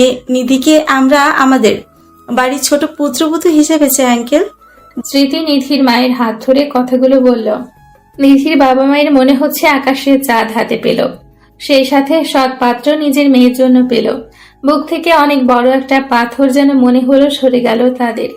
নিধির বাবা মাও কথা পাকা করে দিল যে ইমরেতের সাথে নিধির বিয়ে দিবে। মেহবুব স্মৃতির দিকে চোখ টিপ দিল। স্মৃতি বেচারি লজ্জা পেয়ে মিষ্টি আনতে গেল। তাদের মধ্যে এই কথা হলো, নিধির প্রথম বর্ষ পরীক্ষার শেষে বিয়ে দিবে দুজনের। ততদিন কথাটা নিধির অজানা থাকুক। অহেতুক চাপ নিয়ে পরীক্ষা খারাপ করুক তার দরকার নেই। ইমরেতের রুমে নিধি কফি নিয়ে গেছে। রুমে নক করলো, কিন্তু রেসপন্স না আসাতে ফিরে আসতে গেলে নিধিকে টেনে ইমরেত রুমের ভেতরে নিয়ে দরজা লক করে দিল। এভাবে হ্যাঁচকা টান পড়াতে নিধির হাত থেকে কফির মগ পড়ে ভেঙে গেছে। আরে দিলেন তো মগটা ভেঙে। নিধি মুখ না তুলে কফির মগের দিকে তাকিয়ে কথাগুলো বলল। ইমরেতের সারা শব্দ না পেয়ে নিধি যখন মুখ তুলে উপরে তাকালো তখন ইমরেতের মুখটার দিকে তাকালো। ইমরেতের মুখ দেখে সে ভীষণ ভয় পেয়ে গেল। ইমরেতের মুখ ভীষণ লাল, দেখে মনে হচ্ছে মাথায় ঘুম চেপে আছে তার। ইমরেতকে এভাবে দেখে নিধির ভয় হাত পা ঠান্ডা হয়ে আসছে, সরতে পারছে না। সাহস কি করে হয় তোমার বাড়ি যাওয়ার নাম নেয়ার? আমি যে না করেছিলাম তুই শুনতে পাওনি? আমি যে তোমাকে ছাড়া কিছু ভাবতে পারি না, থাকতে পারি না, এটা কি বোঝো না তুমি? ইমরেত চিৎকার করে বলছে। দেখুন। নিধি তোতলাতে তোতলাতে বলল। কি দেখবো বলো, বলো কি দেখবো? আরো জোরে চিৎকার করে বলছে ইমরেত। ভাগ্যিস বড়লোক ইমরেতের রুমে দরজা সাউন্ড প্রুফ। আমি কি আমার বাবা মায়ের বাড়ি যেতে পারি না? ভয়ে ভয়ে বলল নিধি। না পারো না তুমি। তুমি বিহীন আমার শ্বাসটা যে আটকে আসে, এটা কি বোঝো না তুমি? আবারও চিল্লিয়ে বলছে ইমরেত। আপনি আমার উপর এইভাবে অধিকার দেখাতে পারেন না। নিধি বলে উঠল। অধিকার? অধিকার চিনাস তুই আমারে? আরে ডিয়েট, তোর উপরে তোর অধিকার নাই কোনো। তোর উপরে এই ইমরেত চৌধুরীর অধিকার শুধু। নিধির কোমর শক্ত করে চেপে ধরে। নিধি ভয়ে আর কোনো কথাই বলতে পারছে না। এই ইমরেত নামক প্রাণীটাকে সে অসম্ভব ভয় পায়। কেন এইভাবে পুরাচ্ছ আমায়? যখন পুরাচ্ছ তুমি, এর মলমও তুমি হবে। এই দহনের তোমাকেও মারবো আমি, আর সেখানে তোমার মর্জি হোক বা না হোক। ইমরেত শান্ত স্বরে বলল। ইমরেত তার কোমরটা অনেক শক্তভাবে চেপে আছে। মনে হচ্ছে তার আঙ্গুল ডেবে যেয়ে নিধির জামার ভেদ করে ভেতরে ঢুকে যাবে। ভাই, আমার পুরো কথা শেষ হওয়ার আগে ইমরেত আমার ঠোঁটে নিজের ঠোঁট বসিয়ে দিল। নিধি ঝট করে চোখ বন্ধ করে নিল। ইমরেত অনেক রুডলি কিস করছে। আমার ঠোঁটের চামড়া মনে হচ্ছে উঠে গেছে। কান্না আসছে না কেন আমার? কেন বুকটা ধকধক করছে আমার এমন চুমুতে? কেন সরাতে পারছি না? অপরদিকে ইমরেত কন্যের সাথে জড়ালো সে। কেন এই নিধি নামক নেশাতে মেতে উঠেছে, ছোটাতে চাইছে না, আরো তীব্রভাবে তার সাথে নিজেকে গ্রাস করে ফেলছে। হ্যাঁ, আমার নিধিকে চাই, যেইভাবে হোক চাই। সে না চাইলেও তাকে আমার চাই। আমি যে তুমিতে আসক্ত। চুমু দিতে দিতে ক্লান্ত হলেও ইমরের ঠোঁট ছাড়ে নাই আমার, শুষে নিচ্ছে। এইদিকে আমার শ্বাস আটকে গেছে মনে হচ্ছে। বেশ অনেকক্ষণ পর ইমরেতের নিধির ঠোঁট ছাড়ল। দুজনে খুব জোরে জোরে নিঃশ্বাস ফেলছে। ইমরেত শান্ত হয়ে গেলেও নিধির নিঃশ্বাস এখনো ঘন ঘন পড়ছে। ইমরেত নিধির শরীরের সাথে মিশিয়ে নিল আরেকটু নিবিড় ভাবে। এই বাবু, এইভাবে শ্বাস ফেলে কেউ? আমি আর পারছি না তোমাকে ছাড়া নিজেরে নিয়ে ভাবতে। ইমরেতের ঘোর লাগানো কণ্ঠ শুনে নিধির শরীরের পশম মনে হচ্ছে দাঁড়িয়ে গেল। এইভাবে নিঃশ্বাস নিলে লোকে কি ভাববে? লোকদের ভাবনা I don't care, I only care about you. Imret নিধির কানে কথাটা বলল। শুরুন। তুতলে বলছে নিধি চোখ বন্ধ করে।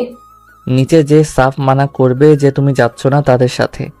যদি আমার কথার অপোজিট করো, আমি নিজেও জানি না তোমার কি করব আমি। ইমরেত চোখ মুখ শক্ত করে বলল। নিধি ঠোঁট মুছে দিল ইমরেত আলতো করে। নিধি এমন ছোঁয়াতে শিউরে উঠল। নিধি বাইরে যাওয়ার জন্য পা বাড়ালে ইমরেত পেছন থেকে নিধিকে ধরে ওর ঘাড়ে মুখ ডোবায়। নিধি থরথর করে কাঁদছে। তোমার ঘ্রাণে, তোমার ঠোঁটে, তোমার চুলে মাদকতা কাজ করে আমার জন্য। আর এই মাদকতাতে আমি তীব্রভাবে আসক্ত। ছুটবে না কখনো, আর না আমি ছোটাতে চাই। নিধির ঘাড়ে মুখ রেখে বলল ইমরেত। নিধি যখন নিচে নামে তখন দেখে ইমরেত খুব আয়েশ করে যমরাজ লুকে সবার সাথে খোশ গল্প শুনতে বিজি। আস্ত দানব, ঠোঁটটা কত ব্যথা করছে এখনো। নিধি অসহায়ের সাথে বিড়বিড় করলো। স্মৃতি নিধির ঠোঁটের দিকে নজর গেলে দেখে নিধির ঠোঁট অনেক ফোলা। ইমরেতের দিকে তাকিয়ে বুঝলো এই কিছু একটা করেছে। দুই ভাই একই, মানুষজন বোঝে না। মেহবুব মাহিকে কোল থেকে নামিয়ে স্মৃতির উদাম পেটে হাত দেয় সবার আড়ালে। স্মৃতি শিউরে উঠেও নিজেকে সামলে নিল। মেহবুবের দিকে রেগে তাকালেও মেহবুবের কোনো ভাবান্তর নেই, মনে হচ্ছে সে কিছুই করেনি। স্মৃতি হালকা করে হাত উঠিয়ে সবার মনোযোগের আড়ালে মেহবুবের পেটে দিল কোনো দিয়ে ধাক্কা। মেহবুব আউচ বলতে যেও মুখে রেখে দিল ব্যথাটা, কারণ সামনে সবাই আছে। নিধি তার মায়ের পাশে গুটিসুটি মেরে বসে আছে। ইমরেত তার সামনে চেয়ারে পায়ের উপর পা তুলে কফি খাচ্ছে আর নিধির দিকে মগ্ন হয়ে আছে। নিধি আর চোখে তাকালেও বুঝতে দিচ্ছে না ইমরেতকে, কিন্তু ইমরেত নিধির আর চোখে দেখাটাকে বুঝতে পেরে বাঁকা হাসি দেয়। নিধির বাবা মাকে আর বলতে পারল না যে তাদের সাথে যেতে চায়। যখনই তার মাকে সে কিছু বলতে চাইছে তখনই ইমরেত তার দিকে চোখ রাঙিয়ে তাকাচ্ছে। বেচারা নিধি না গিলতে পারছে না ইমরেতকে হজম করতে পারছে। এদিকে স্মৃতি ইমরেতকে সবার আড়ালে হাসতে হাসতে নিয়ে যায়। যার জন্য এত আমার গম্ভীর মুখ দেব ডেসপারেট হয়ে আছে, তাকে সারা জীবন তোমার করার জন্য তার বাবা মা তোমার ভাইকে কথা দিয়ে দিয়েছে। ওনারা কথা না দিলেও আর স্মৃতি না চাইলেও আমি ঠিকই ওর প্রথম বর্ষের পরীক্ষার পর তুলে নিয়ে যে বিয়ে করতাম। ইমরেত সোজা স্টাইলে বাঁকা জবাব। দুই ভাই একই, তোমার ভাইয়ের মতোই হইলে বেচারি নিধির কপালে কি আছে? স্মৃতি জানালো ঠাট্টা সুরে। ওর কপাল ভালো আছে, একদম ডাবল রোলে পাচ্ছে হ্যান্ডসাম জামাইকে। ইমরেত নাক ফুলিয়ে বলল। স্মৃতি হেসে তাদের কাছে রওনা দিল। আর ইমরেতও খুশি, স্মৃতির বাবা মা সবকিছুই জানে আর কথাও দিয়েছে সে নিধি তার হবে। নিধির বাবার সরকারি যে কাজ আটকে ছিল, ইমরেত তার লোক দিয়ে ফাইল আইনিভাবে নিয়ে আসছে। সমস্যার সমাধানও হয়ে গিয়েছে। সন্ধ্যের দিকে নিধির বাবা মা সবাই চলে গেল। এমনিতেও নিধির বাবা মাকে এতদিন পর দেখতে পেয়েছে। জমিদারের ছেলের জন্য দেখতে যেতে পারে না গ্রামে। কান্নাকাটি করে বিদায় দেয় নিধি তার বাবা মাকে। নিধি নিজের চোখ ফুলিয়ে ফেলেছে। ইমরেত ইশারাতেই না করেছে কাঁদতে, কিন্তু নিধি যতবারই ইমরেতের দিকে তাকিয়েছে ততবারই আরো জোরে কেঁদেছে। মাহি বারবার এসে চোখ মুছে দিচ্ছে। ও ফুপি, তুমি কেঁদে দিলে কিন্তু আমিও কাঁদবো। সে জানায়। মাহির এমন কথা শুনে নিধি মাহির সামনে না কাঁদলেও রুমে যেয়ে ঠিকই কাঁদছে। স্মৃতি রাতে খাবারের জন্য ডাকলে দেখে কাদার জন্য মাথা ভার হয়ে গেছে, এখন আর উঠতে পারে না। আমি খাবো না ভাবিপু প্লাস আপু, আমি ভালোবেসে ডাকি, তোমরা খেয়ে ঘুমাও, আমার মাথা ধরেছে। স্মৃতি নিচে এসে ইমরেতকে জানালো। ইমরেত জানায় তারা খেয়ে নিয়ে ঘুমিয়ে যেতে, নিধিকে উনি খাওয়াবে। ইমরেত অফিসের কিছু কাজ সেরে হসপিটালের কিছু খোঁজ নিয়ে খাবার নিয়ে নিধির রুমে গেল। নিধির রুমে যেয়ে ইমরেতের শ্বাস আটকে যাওয়ার মতো অবস্থা। নিধির পরনের প্লাজো হাঁটু অবধি উঠে আছে, আর টি শার্টও উঠে আছে। হালকা ফর্সা পেটে দেখা যাচ্ছে, চুলগুলো এলোমেলো, কান্নার কারণে চোখে হালকা, আর নাকটা অসম্ভব লাল হয়ে আছে নিধির। I have to control myself. নিজে নিজে বিড়বিড় করছে ইমরেত, কিন্তু যখনই নিধির দিকে তাকাচ্ছে সব উল্টে যাচ্ছে। 2-3টা বড় নিঃশ্বাস ফেলে নিধিকে ডাকলো ইমরেত। এই নিধি উঠো, খাও, খেয়ে মেডিসিন নিয়ে অফ যাও। ইমরেত ধীরে ধীরে বলল। নিধি ঘুমে বিভোর আর মাথা ব্যথায় ক্লান্ত থাকার কারণে ইমরেতের ডাকে সাড়া না দিয়ে পেট উল্টে দিল। পিঠ থেকে টি শার্টটা আরেকটু উঠে গেছে, ইমরেতের চোখ বেরিয়ে আসার উপক্রম। এই মেয়ের দেখি হুঁশ নেই ঘুমানোর সময়। বিয়ের পর একে তো আমার সাথে বদ্ধভাবে বেঁধে রাখতে হবে, রাতে কিংবা যখন ঘুমাবে। ইমরেতের আর কাঞ্চল হচ্ছে না, চলে যাওয়ার জন্য পা বাড়াতে যেও পারছে না। সে একটা একটা করে পা ফেলে নিধির কাছে গেল। নিধির পিঠের দিকে এক ধ্যানে তাকিয়ে আছে, চোখ আটকে গেল কোমরে থাকা লাল তিলে। ব্যাস, এটুকু ছিল কন্ট্রোলেস কেড়ে নেওয়ার জন্য ইমরেতের। আমি উপর হয়ে শুয়েছিলাম, ধীর পায়ে ইমরেত যেয়ে আমার পাশে বসলো।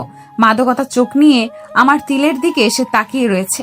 ইমরেত যখন একটু ছুঁয়ে দিল আমার লাল তিলটার উপর আঙুল দিয়ে, তখন মনে হয় আমি ঘুমের মধ্যে কেঁপে উঠলাম। আমার কোমরের কাছে ইমরেতের ঠোঁট নিয়ে বেশ কয়েকটা চুমু দিয়ে আরো লাল তিলটাকে আরো রক্তাক্ত করে দিল, সাথে তিলের আশেপাশের জায়গাটাকেও।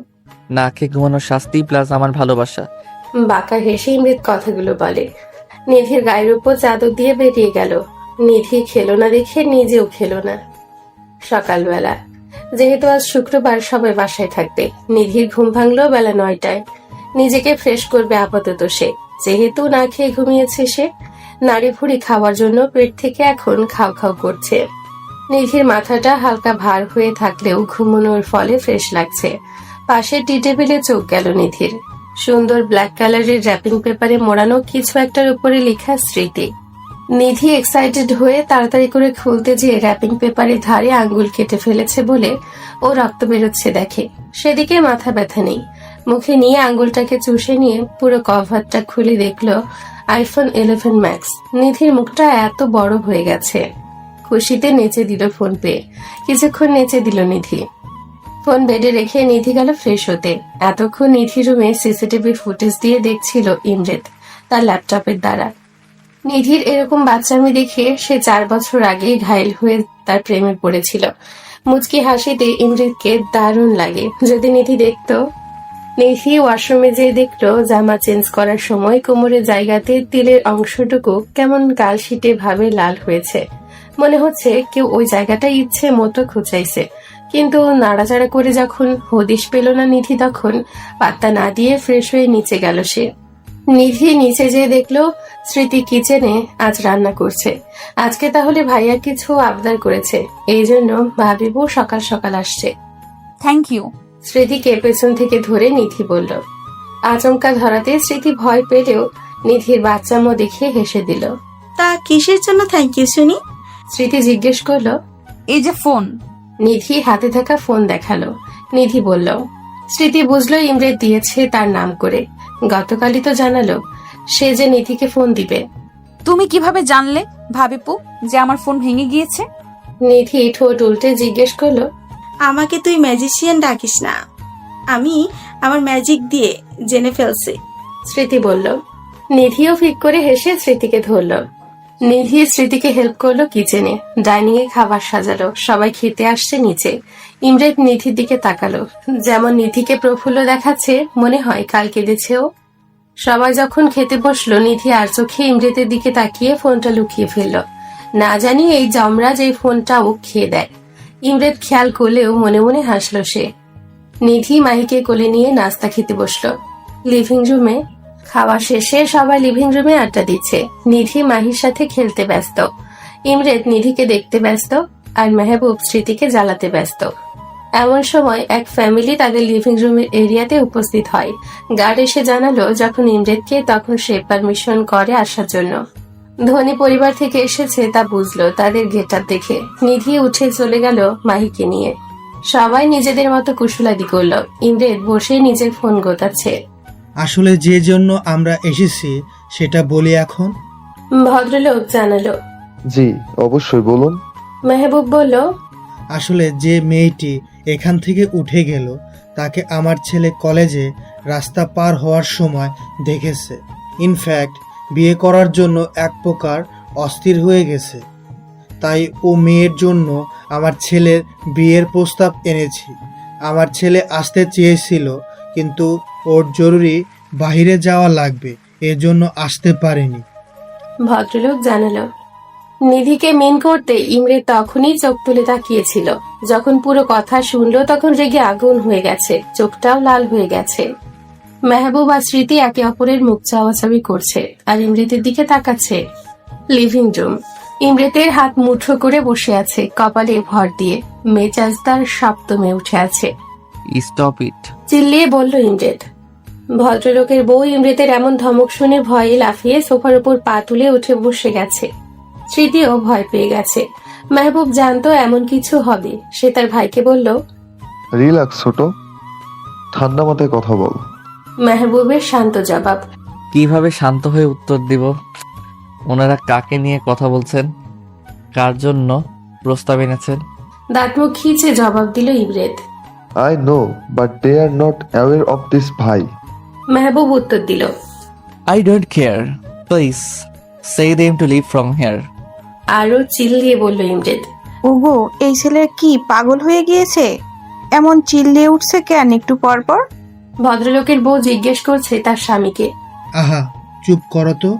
ভদ্রলোক বিরক্তিকর সুরে বলল। স্মৃতি এসেও ইমরেতকে সান্ত্বনা দিচ্ছে যে চুপ করতে। এই আপনারা এখনো বসে আছেন? উঠেন, যান এখান থেকে। ইমরেত চিল্লিয়ে বলছে। এমন চিল্লাপাল্লা শুনে মাহিকে ঘরে বসিয়ে আসলো কার্টুনের চ্যানেল দিয়ে, আর নিজে নেমে আসলো নিচে। নিধিকে নিচে দেখে ইমরেত মনে হচ্ছে আরো ক্ষেপে গেছে। তুমি নিচে নামছো কি জন্য? পা বেশি বড় হয়ে গেছে? সৌন্দর্য দেখাও সবাই রে। ইমরেত নিধির কাছে এসে জোরে জোরে কথাগুলো বলল। আরে এই লোক পাগল হয়ে গেল নাকি? আমি আবার কি করলাম? মনে মনে ভাবছে নিধি। নিধি, তুই উপরে যা বোন। স্মৃতি এসে বলল। কি হয়েছে বলবা তো? এমন করছো কেন সবাই তোমরা? নিধি অবাক হয়ে বলল। তোমার সবকিছু এত জানার শখ কেন? যেতে বলছে যেতে পারছো না? নাকি নিজে যে সুন্দরী এটা নেচে গিয়ে সবাইকে দেখাতে হবে? একটা কথা কারো শুনো না, যত বড় হচ্ছে তত বেশি বুদ্ধি হাঁটুর কাছে যাচ্ছে। এত বেয়াদব কেন? তুমি কলেজে কি পড়তে যাও নাকি ছেলেদের নিজের রূপ দেখাতে যাও যে বাসায় প্রস্তাব আসে তোমার জন্য? ইমরেত চিল্লিয়ে বলছে। আচ্ছা, পাগলের ফ্যামিলিতে ছেলে আমার মেয়ে পছন্দ করলো? ভদ্রমহিলা বিরক্তির সুরে বলল। You shut your mouth. আমার বাসায় আমার বউয়ের জন্য প্রস্তাব আনেন? আপনার সাহস তো কম না? বেরোন এখান থেকে, আউট। ইমরেত তাদের দিকে ঘুরে জোরে চিল্লিয়ে বলল। ভদ্রলোক তার বউকে নিয়ে সুরসুর করে বেরিয়ে গেল। আর তুমি ছেলেদের সাথে এত মেলামেশা কেন? নিজে যে মেয়ে সেটা কি ভুলে যাও? কতবার না করেছি মিশতে, বলো কতবার? আসলে আমারই ভুল হয়েছে। এমন অল্প বয়স্ক মেয়েকে আমি ভালোবেসেছি। মাথায় একটু বুদ্ধি নাই, ঢ্যাং ঢ্যাং করে নিচে নেমে চলে এসেছে। আরে ভাই, সামান্য তো নিজের বুদ্ধি কাজে লাগাও। ইমরেত নিধির বাহু ধরে কথাগুলো বলছে। নিধির চোখ দিয়ে গলগল করে পানি পড়ছে। এতগুলো কথা সে প্রথম শুনলো ইমরেতের থেকে। হ্যাঁ, সে জানে ইমরেত তাকে দেখতে পারে না, কিন্তু তার মনে তাকে নিয়ে এত তিক্ততা। ছেলে বন্ধু কই তার? যে দুইটার সাথে কথা বলে তাদের অলরেডি গফ আছে, দুজনকে ভাই হিসেবে দেখে। যারা বিয়ের প্রস্তাব নিয়ে এসেছে তো এখানে তার কি দোষ? মানছে সে একটু কম বুদ্ধির মেয়ে, তাই বলে এত কথা শোনাবে তাকে? কয়দিন আগে সে না প্রেম নিবেদন করলো? তাকে নিয়ে সেও কিছু কিছু ভাবতে শুরু করেছিল। সব কি মোহ ছিল? নিধি মনে হচ্ছে আর দাঁড়িয়ে থাকতে পারছে না। ইমরেত, কুল ডাউন, অনেক বলে ফেলেছ। স্মৃতি আর কিছু বলতে যাবে, যার আগে ইমরেত বাধা দিল। ওকে বলো আমার চোখের সামনে থেকে চলে যেতে। আমি নিতে পারছি না ওকে আর। ইমরেত কড়া ভাবে বলল। স্মৃতির বিস্ময় হয়ে তাকিয়ে আছে যে রাগের শিকার হয়ে ইমরেত নিধিকে যতগুলো কথা শোনালো, এর ফল না তাকে পস্তাতে হয়। নিধির মনে হচ্ছে আকাশ থেকে পড়ছে ইমরেতের এই বিহেভিয়ার দেখে। নিজেকে সামলে নিয়ে উপরের দিকে যাচ্ছে, কিন্তু পাটাও মনে হচ্ছে। ধীর পায়ে রুমে যেয়ে মাহিকে তার মা ডাকছে বলে ঘরে দরজা বন্ধ করে দিল। নিধির বুক ফেটে কান্না আসছে। এরকম বকা কখনো কোনোদিন খায়নি সে। কি দোষ ছিল তার? সে তো জানতো না তার বিয়ের প্রস্তাব আসবে। সে জানলে কি নিচে নামতো? বাবা মাকে তার খুব মনে পড়ছে। বালিশ আঁকড়ে ধরে কেঁদেই যাচ্ছে। স্মৃতি পেছন পেছনে সে দরজা নক করে রেসপন্স পায়নি। টেনশনে তার জানও শুকিয়ে যাচ্ছে। কি থেকে কি হয়ে গেল আজকে? অপরদিকে ইমরেদ নিজের রুমে সে নিজেকে লক করে বসে আছে। ঘরে জিনিসপত্র ভাঙচুর করেই যাচ্ছে, তারপরেও ক্ষান্ত হয় না সে। সাহস কি করে হলো আমার নিধির জন্য বিয়ে আনার? নিধির উপর শুধু আমার এই ইমরেদ চৌধুরীর অধিকার। নিধি শুধু আমার। সব কয়টাকে শেষ করে দিব যে আমার নিধিকে কেড়ে নেওয়ার জন্য আসবে। হাতে থাকা ফ্লাওয়ার ভাস ভেঙে বলল। যখন ইমরেদ একটু শান্ত হলো তখন তার টনক নড়ল। নিধির সাথে ক্রোধের বশে কি বিশ্রী বিহেভিয়ার করেছে মনে পড়তেই তার মাথাটা কেমন যেন ফাঁকা ফাঁকা লাগছে। তাৎক্ষণিকভাবে ইমরেদ নিজের রুমের দরজা খুলে বেরিয়ে পড়ল নিধির রুমের উদ্দেশ্যে। নিধির রুমে দরজা ধাক্কিয়ে চলে যাচ্ছে, কিন্তু নিধি দরজা খুলে না। আরে বড় লোকের ফুয়া, জানোস না তুই তোদের সব ঘরের রুমে সাউন্ড প্রুফ করে রাখছস? স্মৃতি এমন দরজাতে বাড়ি দেওয়ার আওয়াজ শুনে মাহিকে কোল থেকে নামিয়ে মেহবুবের কোলে দিল, যেন ওকে দেখে। স্মৃতি ছুটলো নিধির ঘরের দিকে, যেহেতু আওয়াজটা ওইখান থেকেই আসছে। কি করছো কি এখন তুমি? স্মৃতি এসে ইমরিতকে জিজ্ঞেস করলো। দেখো না ভাবি, নিধি দরজা খুলছে না। এই নিধি, দরজা খুলো। বলে দিল আরেকটা বাড়ি। ইমরিত জানালো, ও খুলবে না, আর ও না করেছে যেন কেউ বিরক্ত না করে। তুমি তো চেয়েছিলে যেন ও তোমার সামনে না আসে তো। স্মৃতি বলল, ভাবি প্লিজ, তুমিও জানো আমি রাগের মধ্যে বলেছি। রাগ উঠলে হুঁশ থাকে না। আর ও বললেই হলো। দরজা খুলবে না? এই খুলো, লাস্টবার বলছি। তখন না হয় রেগে বলেছি, এখন কিন্তু সত্যি সত্যি তোমার কানের নিচে চটকনা পড়বে একটা। ইমরিত চিল দিয়ে বলছে। কামড় নেই। ইমরিতের হাত ধরে স্মৃতি টেনে নিয়ে গেল ডাইনিং এ। ইমরিতের সামনে পানির গ্লাস ধরল স্মৃতি, ইশারায় জানালো পানিটা খেতে হবে এখন তাতে। ইমরিত পানিটা নিয়ে এক নিঃশ্বাসে খতম করে ফেলল। লিসেন টু মি কেয়ারফুলি ভাই। তুমি আজ যা ওকে বলেছ, অন্য কোনো মেয়ে হলে কিন্তু এখনই বাড়ি ছেড়ে চলে যেত, কিন্তু ও আছে কারণ ওর বাবা মা আমাদের ওপর অনেক ভরসা করে তাকে এখানে পাঠিয়েছে। সে চায় না তার বাবা মায়ের কাছে আমরা ছোট হই। আর তুমি যা বলছো আজকে, তা তো তুমি নিজেও জানো নিধির মতো মেয়ে এই আমাদের জেনারেশনে পাওয়া খুব দুষ্কর। নিধির চাল চলন যেমন সোজা সরল, তেমনি নিধির মনটা পানির মতো স্বচ্ছ। নিধিকে আমার ছোট বোন আর কলিজাও ভাবি আমার, কারণ আমার নিজের কোনো বোন নেই। তুমি যখন নিধিকে এইসব বলেছিলে মনে হচ্ছিল তোমার গালে একটা থাপ্পড় দেই, কিন্তু দেই নাই। কেন জানো? নিধিকে যেমন বোন ভাবি, তোমাকেও আমি ভাই ভাবি, কারণ আমার ভাইও নেই। নিধিকে যতটা ভালোবাসি আমি তোমাকেও আমার ভাই হিসেবে ততটাই ভালোবাসি। তাই তোমাকে বোন হিসেবে আমার শাসন করতে বাধা নেই। তুমি নিজেও বুঝতে পারছো এখন রাগের বশে যে কথাগুলো যা বলছো তা ভুল। রাগের বশে আমরা অনেকটা হিংস্র হয়ে যাই। তুমি তো এমন ছিলে না।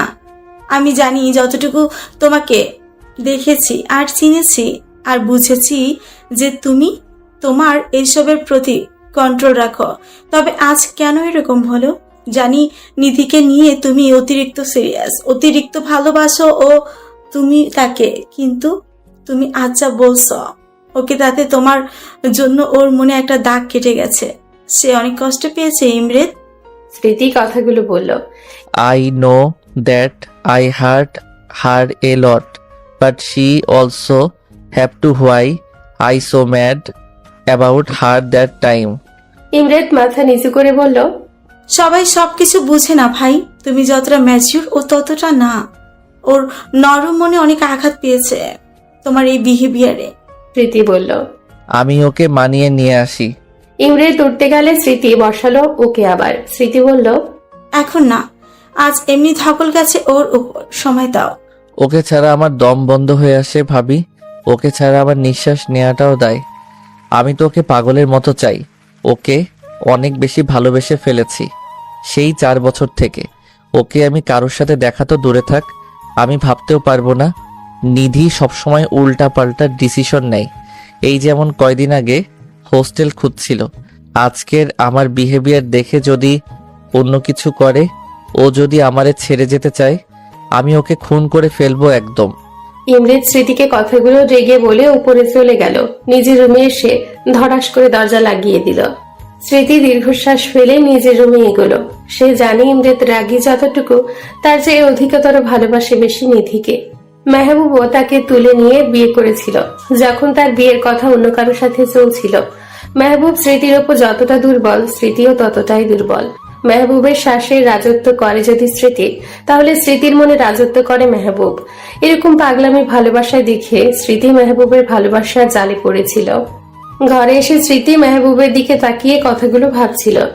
দরজা লক করে এসে মাহিকে সাইডে দিয়ে কুলবালিশ দিল যেন পড়ে না যায়।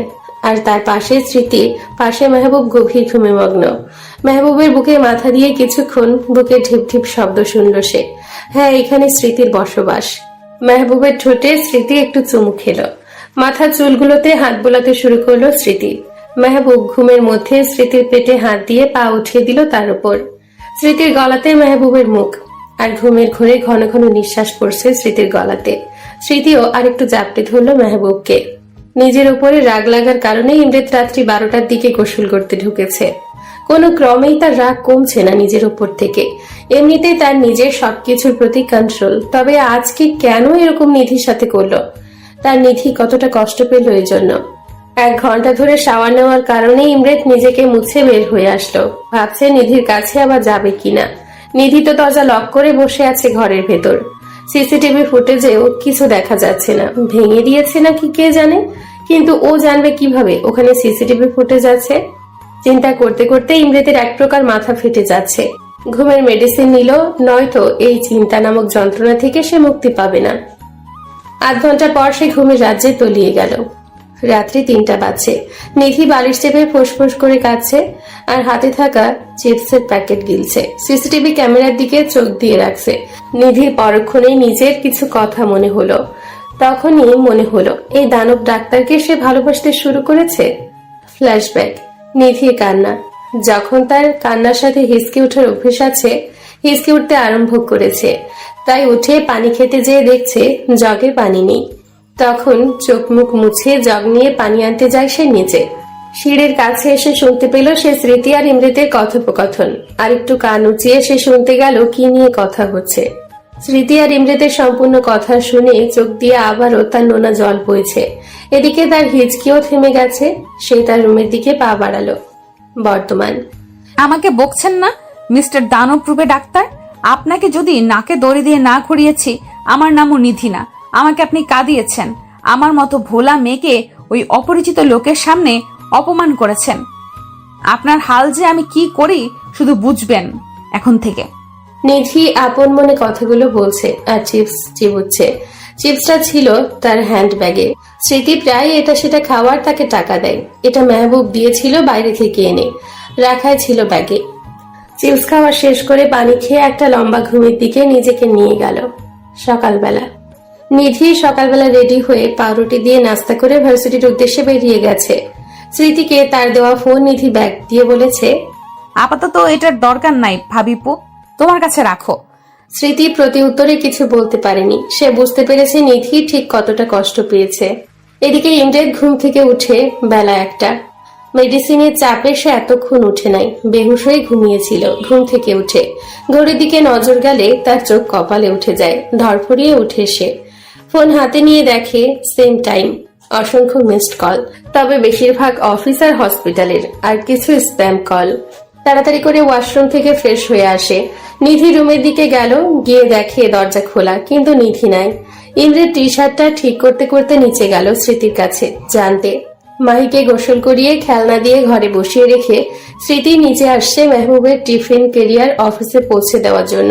সে কিচেনে বসে সেইগুলা টুকটাক রেডি করছে। ইমরেত হন্তদন্ত হয়ে ছুটে আসছে স্মৃতির কাছে, কপালে তার বিন্দু বিন্দু ঘাম। ভাবি নিধি কোথায়, খুঁজে পাচ্ছি না যে। ইমরেত হাঁসফাঁস গলাতে বলল, আরে তুমি এমনি শ্বাস নিচ্ছ কেন? বিপি লো হয়ে গেছে নাকি আবার? দেখি বসো। স্মৃতি অস্থির গলাতে বলল, আমি ঠিক আছি, আগে তুমি বলো নিধি কই? ফোনটাও অফ দেখি। ও কি ফোন রেখে গেছে? ইমরেতের পাল্টা প্রশ্ন। ভাই বসো আগে। নিধি ভার্সিটি গেছে, আর কালকে বকা খেয়েছে তো এই জন্য ফোন নেয়নি। আসলে তুমি কথা বলো না কেমন? স্মৃতি শান্তভাবে বলল। না ভাবি, আমি ওর ভার্সিটি যাব। ইমরেত এই বলে পা বাড়াতে গেলে স্মৃতি থামায়। হ্যাভ সাম পেশেন্স ভাই। স্মৃতি বলল। হুম। ইমরেত ক্ষীণ স্বরে বলল। স্মৃতি মেহবুবের টিফিন পাঠিয়ে ফোন থেকে মেসেজ করলো মেহবুবকে। যা দিয়েছি তা যেন ব্যাগ না আসে, ব্যাগ আসলে ঠোঁটের ছাল তুলে নিব আমি। স্মৃতি ইমরেত কেউ খাইয়ে দিল। স্মৃতি বুঝেছে ইমরেত কালকের বিহেভিয়ারের জন্য ভয়ে আছে। নিধি না কিছু করে বসে, কেমন শান্ত লাগছে তাকে। আল্লাহর কাছে সব ঠিক করে দেওয়ার জন্য বলছে বারবার স্মৃতি। অফিসে মেহবুব কাজ সেরে ফোন চেক করলো, দেখে তার বউ মেসেজ দিয়ে পাঠিয়েছে। মেসেজ দেখে বাঁকা হাসি দিল সে। মেসেজ পড়তে পড়তে ড্রাইভার এসে দরজা নক করে খাবার দিয়ে গেল। এখন তো এই সব খাবো, রাতে তোমাকে না পেলে তোমার ঠোঁটের ছাল তুলে নিব। আমি মেহবুব চৌধুরী। মেহবুব বাঁকা হেসে বলল। নিধি সন্ধ্যায় বাড়িতে আসে, কিন্তু কারোর সাথে দেখা করে না। যেখানে ইমরেত থাকে সেখানে যায় না, খাবারও নিজের ঘরে খায়। দরজার সব সময় বন্ধ করে রাখে। নিধি প্রতিদিন খুব সকালে যায় আর সন্ধে আসে। এইভাবে কেটে যায় বেশ কিছুদিন। 7 দিন পর এইভাবে নিধির বিহেভিয়ার 7টা দিন ধরে চালাচ্ছে। ইমরেতের বাড়িতে থেকেও ইমরেতের সাথে দূরত্ব বজায় রেখে চলছে। ইমরেতের এদিকে দম বন্ধ হয়ে আসছে। নিধির ওপর এত বেশি রাগ জন্মেছে এই কয়দিনে বলার কথা না। হসপিটালের কোনো সার্জারিতে হাত দিতে পারেনি সে, না অফিসের কোনো কাজে। ইমরেত আজ নিধি নামক একটা বিহিত করেই ছাড়বে। যা বলেছিলাম সেটার খোঁজে। ইমরেতের শান্ত জবাব ফোনের অপর পাশের ব্যক্তিকে কল করে। কামিং। ইমরেত ফোন কেটে বেরিয়ে গেল গাড়ি নিয়ে। নিধি ভর দুপুরবেলা ক্লান্ত শরীরে দাঁড়িয়ে আছে রিক্সার জন্য। মাত্র একটা বাচ্চার টিউশনি শেষ করালো সে। এখনো অনেক বাচ্চা বাকি আছে। হ্যাঁ, সে টিউশনি আরম্ভ করছে। সিদ্ধান্ত নিয়ে ইমরেতের বাসা ছেড়ে দেওয়ার। 1 পা 2 পা করে এগোচ্ছে, কিন্তু মাথাটা ঝিমঝিম করছে নিধির। তার সামনে একটা গাড়ি থামলো। গাড়ি থেকে সেখান থেকে একটা পুরুষ নেমে এসে নিধির গালের উপর সর্বশক্তি দিয়ে একটা থাপ্পড় মারল। এমন ক্লান্ত শরীর আর এমন থাপ্পড় খেয়ে নিধি আর টাল সামলাতে পারল না। নিচে বসে গেল। ঝাপসা চোখে দেখে শুধু একটা কথা বলল। যমরাজ, আপনি আমাকে আবার মারলেন? নিধি কথাটা বলেই জ্ঞান হারিয়ে ফেলল। মেঝেতে তার মাথাটা পড়ার আগে ইমরেত নিধির মাথাটা তার বুকের সাথে চেপে ধরল। আশেপাশের মানুষ তাকাচ্ছে তাদের দিকে। ইমরেত সবার দিকে কেমন রক্ত চক্ষু নিয়ে তাকালো। তো and now go all of you. আমার বউ বেশি তেরামি করেছিল তাই মেরেছি। দেখা শেষ, জাস্ট লিভ। ইমরেতের চিল্লানি শুনে যে 5-6 জন মানুষ ছিল কেটে পড়ল। তোমার অবস্থা যে কি করি আমি এখন থেকে টের পাবা। 7টা দিনের তীব্র জ্বালা তোমার উপরে আমি ঝাল তুলবো। ইমরেত নিধির মুখের দিকে তাকিয়ে বলে উঠল। নিধিকে কোলে নিয়ে ইমরেত গাড়িতে বসে ড্রাইভ করতে লাগলো। বিকেলবেলা নিধি জ্ঞানহীন হয়ে বেডে পড়ে আছে। স্মৃতি পাশে মেহবুব দাঁড়িয়ে আছে। ইমরেত হাত মুঠো করে সোফায় বসে আছে। মুখ দেখে মনে হচ্ছে এখনো যমরাজের রাগ কাটেনি। একে কোথায় পেলি তুই? এরকম ভাবে পড়ে আছে কেন? জ্ঞান হারলো কিভাবে? এরকম নানান প্রশ্ন স্মৃতি 2 ঘন্টা যাবত করে যাচ্ছে ইমরেতকে, কিন্তু ইমরেত কাউকে কোনো জবাব দিচ্ছে না। ভাই বলবি তো নাকি? মেহবুব এইবার বিরক্তির সুরে বলল। ও 7 দিন যাবত ঠিকঠাক খায় না। তুমি যে খাবারগুলো প্রতিদিন দিয়ে আসো সেইগুলো ও প্রতিদিন সকালে দারোয়ানকে দিয়ে আসে। টিউশনি করাচ্ছে এই 7 দিন ধরে, রোদে হেঁটে আসে। ইমরেত দীর্ঘশ্বাস ফেলে বলল। স্মৃতি আর মেহবুব প্রচন্ড অবাক হলো। নিধির মুখ দেখে মনে হচ্ছে এই কয়দিনে ইচ্ছে করে না খেয়ে নিজেকে কষ্ট দিয়েছে। রাগ আমার উপর সেহেতু ঝালটা আমার উপর দিয়ে মেটাতো সে। কেন সে নিজেকে কষ্ট দিল? ও কি জানে না ওর কষ্টে আমার দ্বিগুণ কষ্ট হয়? ইমরেতের শান্ত জবাব। স্মৃতি আর মেহবুব কি বলবে ভেবে পাচ্ছে না। আসলে তাদেরও ভুল। নিধির দিকে কড়া নজর দেওয়া উচিত ছিল। বাচ্চা মেয়ে, আমানত সে, কিন্তু দিনের পর দিন সে নিজেকে এভাবে কষ্ট দিবে এটা ভাবনার বাহিরে ছিল তাদের। ভাইয়া, তুমি ওর বাবা মাকে ফোন দাও, বিয়ের ডেট ফাইনাল করো। I don't want any kind of excuses. ও যা করেছে সে নিয়ে আমি আর রিস্ক নিতে চাই না। ইমরেত শান্তভাবে বলল। মেহবুব ওর সায় দিল, কারণ নিধির কর্মকাণ্ডে সেও ভয় পেয়ে গেছে কখন কি করে বসে। স্মৃতি শুধু একধানে নিধির শুকনো মুখের দিকে চেয়ে রইল। দীর্ঘশ্বাস ফেলে সে নিচে গেল। স্মৃতি চলে যেতে মেহবুব ও পা বাড়ালো নিধির বাবা মাকে কল করার জন্য। ইমরেত নিধির দিকে ক্রুদ্ধ চোখে তাকিয়ে আছে। আমাকে কষ্ট দিতে আমি মেনে নিতাম, কিন্তু তুমি তোমার মধ্যে আমার বসবাসটাকে কষ্ট দিয়েছো, সেটা কি করে মেনে নেই বলো? তোমাকে শাস্তি অবশ্যই পেতে হবে। ইমরেত চোয়াল শক্ত করে বলল। সন্ধেবেলা নিধি টিপ টিপ করে চোখ খুলল। আশেপাশে তাকিয়ে বেশ খানিকটা সময় লাগলো সে কোথায় আছে। দুর্বল লাগছে তার নিজের কাছে নিজেকে। নিধির বসা থেকে উঠতেই পরক্ষণে মনে হলো তার সামনে ইমরেত এসে কত জোরে থাপ্পড় মেরেছিল। মনে পড়তেই চোখে জল ভরে আসলো তার। নিধি চোখ মুছে ওয়াশরুমে গেল গোসল করতে। এরকম ভাবে সে 7টা দিন করছে। গোসল সেরে নিচে যাবে তার আগে স্মৃতি এসে পড়েছে তার রুমে। স্মৃতি নিধির দিকে তাকিয়ে আবারও চোখ নামিয়ে নিল। খাবারটা শেষ করো। স্মৃতি শান্তভাবে জবাব দিল। নিধির বুকটা কেমন মোচড় দিয়ে উঠল স্মৃতির মুখে তুমি ডাক শুনে। কি হয়েছে ভাবিপু? তুমি আমাকে তুমি বলে ডাকছো কেন? নিধি স্মৃতির দিকে এগিয়ে স্মৃতির হাত ধরে বলল, কিছু হয়নি। অপরিচিতদের আমি, বয়সে ছোটদের তুমি বলি। স্মৃতি উত্তর দিল, কিছু তো হয়েছে, বলো। আমি কোনো ভুল করেছি? করে থাকলে বকো, মারো, এভাবে কথা বলিও না প্লিজ ভাবিপু। নিধি কাদো মাখা কণ্ঠে বলল। নিধির হাত নিজের থেকে সরিয়ে বলল স্মৃতি, তুমি খাবারটা শেষ করো, আমি দাঁড়িয়ে আছি, আমার আরো কাজ আছে। নিধি এবার হাওমাও করে কাঁদতে আরম্ভ করলো স্মৃতিকে ধরে। স্মৃতির এরকম বিহেভিয়ারের সাথে সে পরিচিত নয়। স্মৃতিও আর সামলাতে না পেরে উঠে নিধিকে ধরে সেও কেঁদে দিল। একবার বলতে পারতি রাগ কার উপর করছিস? ঝড় নিজের উপর দিয়ে তুললি, একবার জানাতে পারতি। আর না খেয়ে তোর শরীর কত দুর্বল করেছিস বুঝতে পারছিস? স্মৃতি নিধির মাথায় হাত বুলিয়ে দিয়ে বলল, ইমরেতের উপর রাগ করেছিস। ইমরেত তোর জন্য পাগল হয়ে হন্য হয়ে আজ খুঁজছে তোকে। রাগে বকেছে সেটাই বুঝছি, কিন্তু তুই বুঝলি না তার রাগের চেয়েও গভীরতা বেশি তোর উপর ভালোবাসা তার। ইমরেত তোকে কতটা পাগলের মতো ভালোবাসে, তিলে তিলে কতটা না পাওয়ার যন্ত্রণা ভুগে আসছে 4টা বছর ধরে আমি দেখে আসছি। স্মৃতি কিছুক্ষণ থেমে বলল, আমি যে তাকে খুব ভালোবাসি ভাবিপু। নিধি নাক টেনে জবাব দিল, মানে কবে থেকে? আর ভালোবাসলে এরকম করলি কেন? স্মৃতি অবাক হয়ে প্রশ্ন করল। তারপর নিধি বলতে শুরু করলো সেদিন রাতে স্মৃতি আর ইমরেতের কথা শুনেছে। ইমরেতকে নিয়ে তার আংশিক ফিল নিয়ে বলা সব শুনে স্মৃতিও হতবম্ব।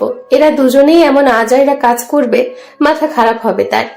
আমি শুধু ওনাকে বোঝাতে চেয়েছি আমাকে কষ্ট দিলে উনিও আঘাত পান।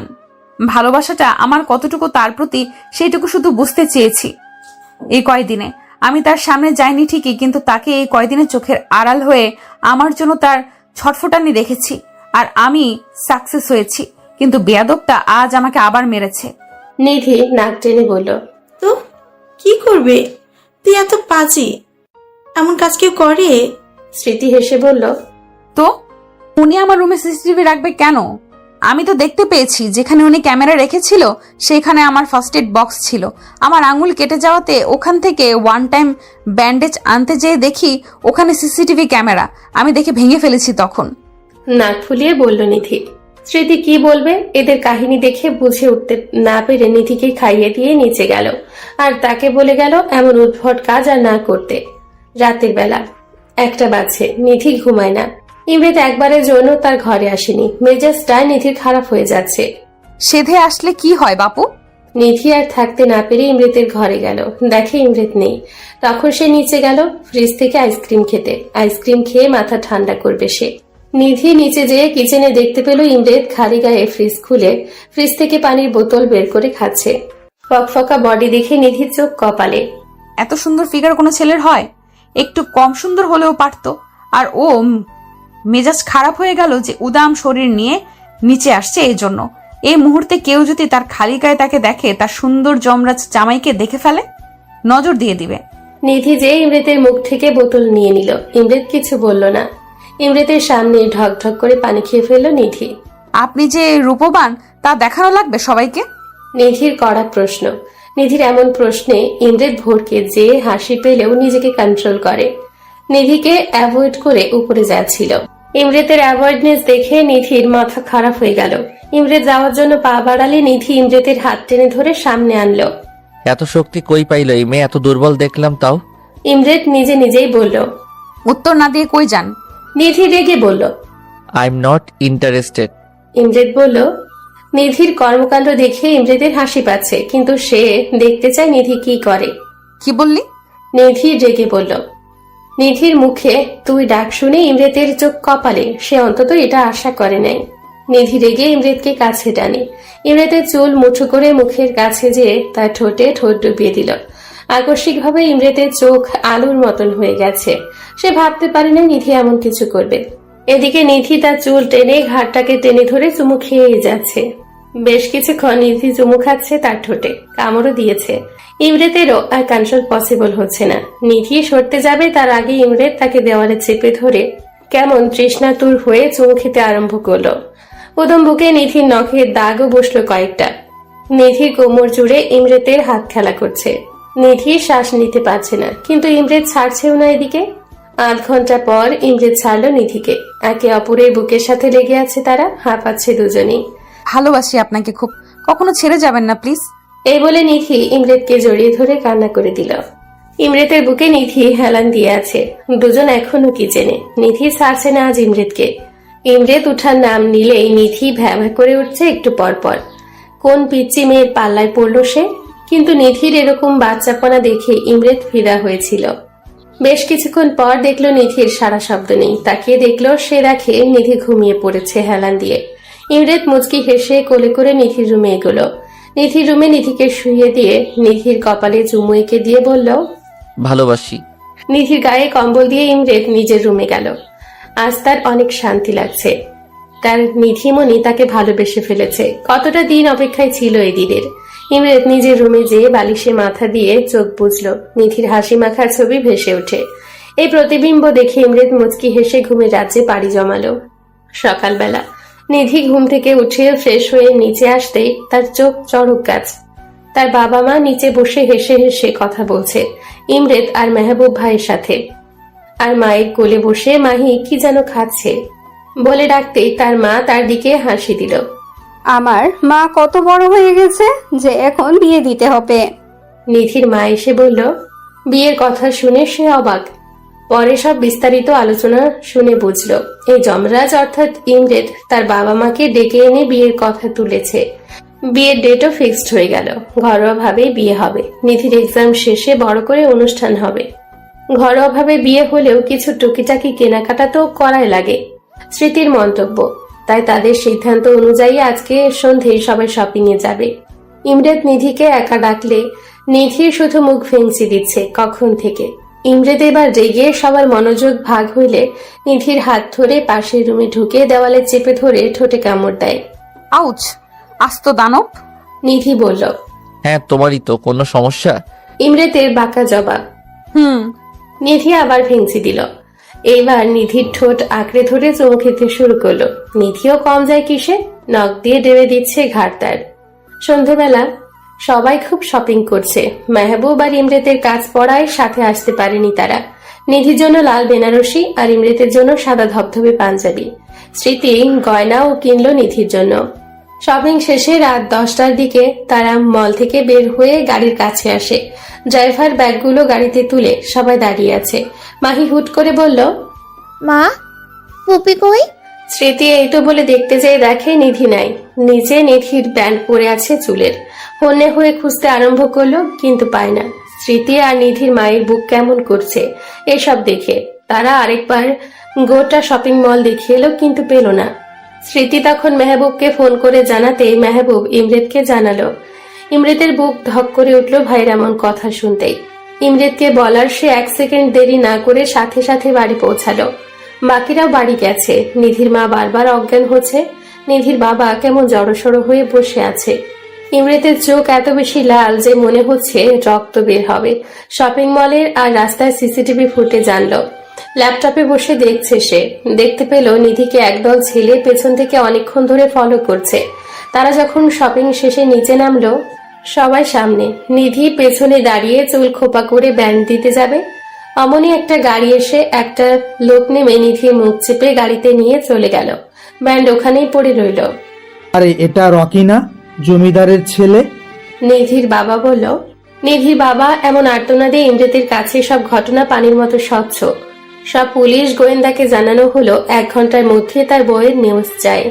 নিধির মুখে হালকা পানি ছিটা পড়াতেই আধো আধো চোখ খুললে দেখলো চারপাশে বিভিন্ন বস্তা, তাকে চেয়ারে দড়ি দিয়ে বেঁধে রাখা হয়েছে। সামনে তাকালে বসে থাকা মানুষটিকে দেখে নিধির আত্মা শুকিয়ে গেছে। রকি বসে আছে সামনে। তুই কি ভেবেছিস আমারে বিয়ে না করে ওই বড়লোক ডাক্তারকে বিয়ে করবি? আর আমি বসে বসে আঙুল চুষব? তুই শুধু আমার। রকি বিশ্রী ভাবে নিধির দিকে তাকিয়ে বলল। নিধি ভয়ে কুকড়ে গেছে, চোখ দিয়ে পানি ঝরছে। ভাগ্যিস তোর মায়ে আজকে বাসে ওঠার সময় রহিমার মাকে বলল তোর বিয়ের কথা। আমার চেলাপেলা ওখানে দিয়ে না গেলে ধরতেই পারতাম না তোরে। বলে রকি এগিয়ে সে নিধির গা থেকে কেমন বিশ্রী ভাবে স্মেল নিচ্ছে। দরজাতে টোকা পড়ছে। রকি বিরক্তকর হয়ে বলল, কে রে? তোরা বস, আমি আইতেছি। বলে রকি বেরিয়ে গেল। নিধির মুখে ক্লোরোফর্ম মেরে নিধি বেহুশ হয়ে পড়ল। 2 ঘন্টা পর নিধি আবারও জ্ঞান ফিরল, কিন্তু বাধা অবস্থায়। রকি দেখে আবার আসছে, কিন্তু চাহনি তার বিশ্রী। জেগে গেছস? আয়, পাশর রাতটা সাইরা নেই। রকি বলল, না প্লিজ, পায়ে পড়ি, তোমার ক্ষতি করবে না। নিধির শরীরে কুলোয় না, তারপরেও আকুতি মিনতি করছে। রকি সেই তোয়াক্কা না করে নিধির গা থেকে ওড়না টানতে যাবে, অমনি রকির মুখে লাথি পড়াতে মুখ থুবড়ে দূরে পড়ল।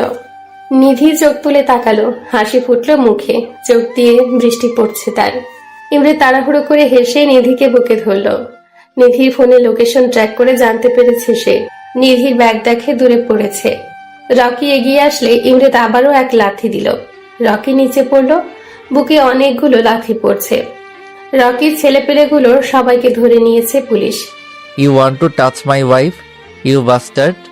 বলে ইমরেত রকির মেন পার্টে এক লাথি। রকি মা বলে এক চিৎকার দিল।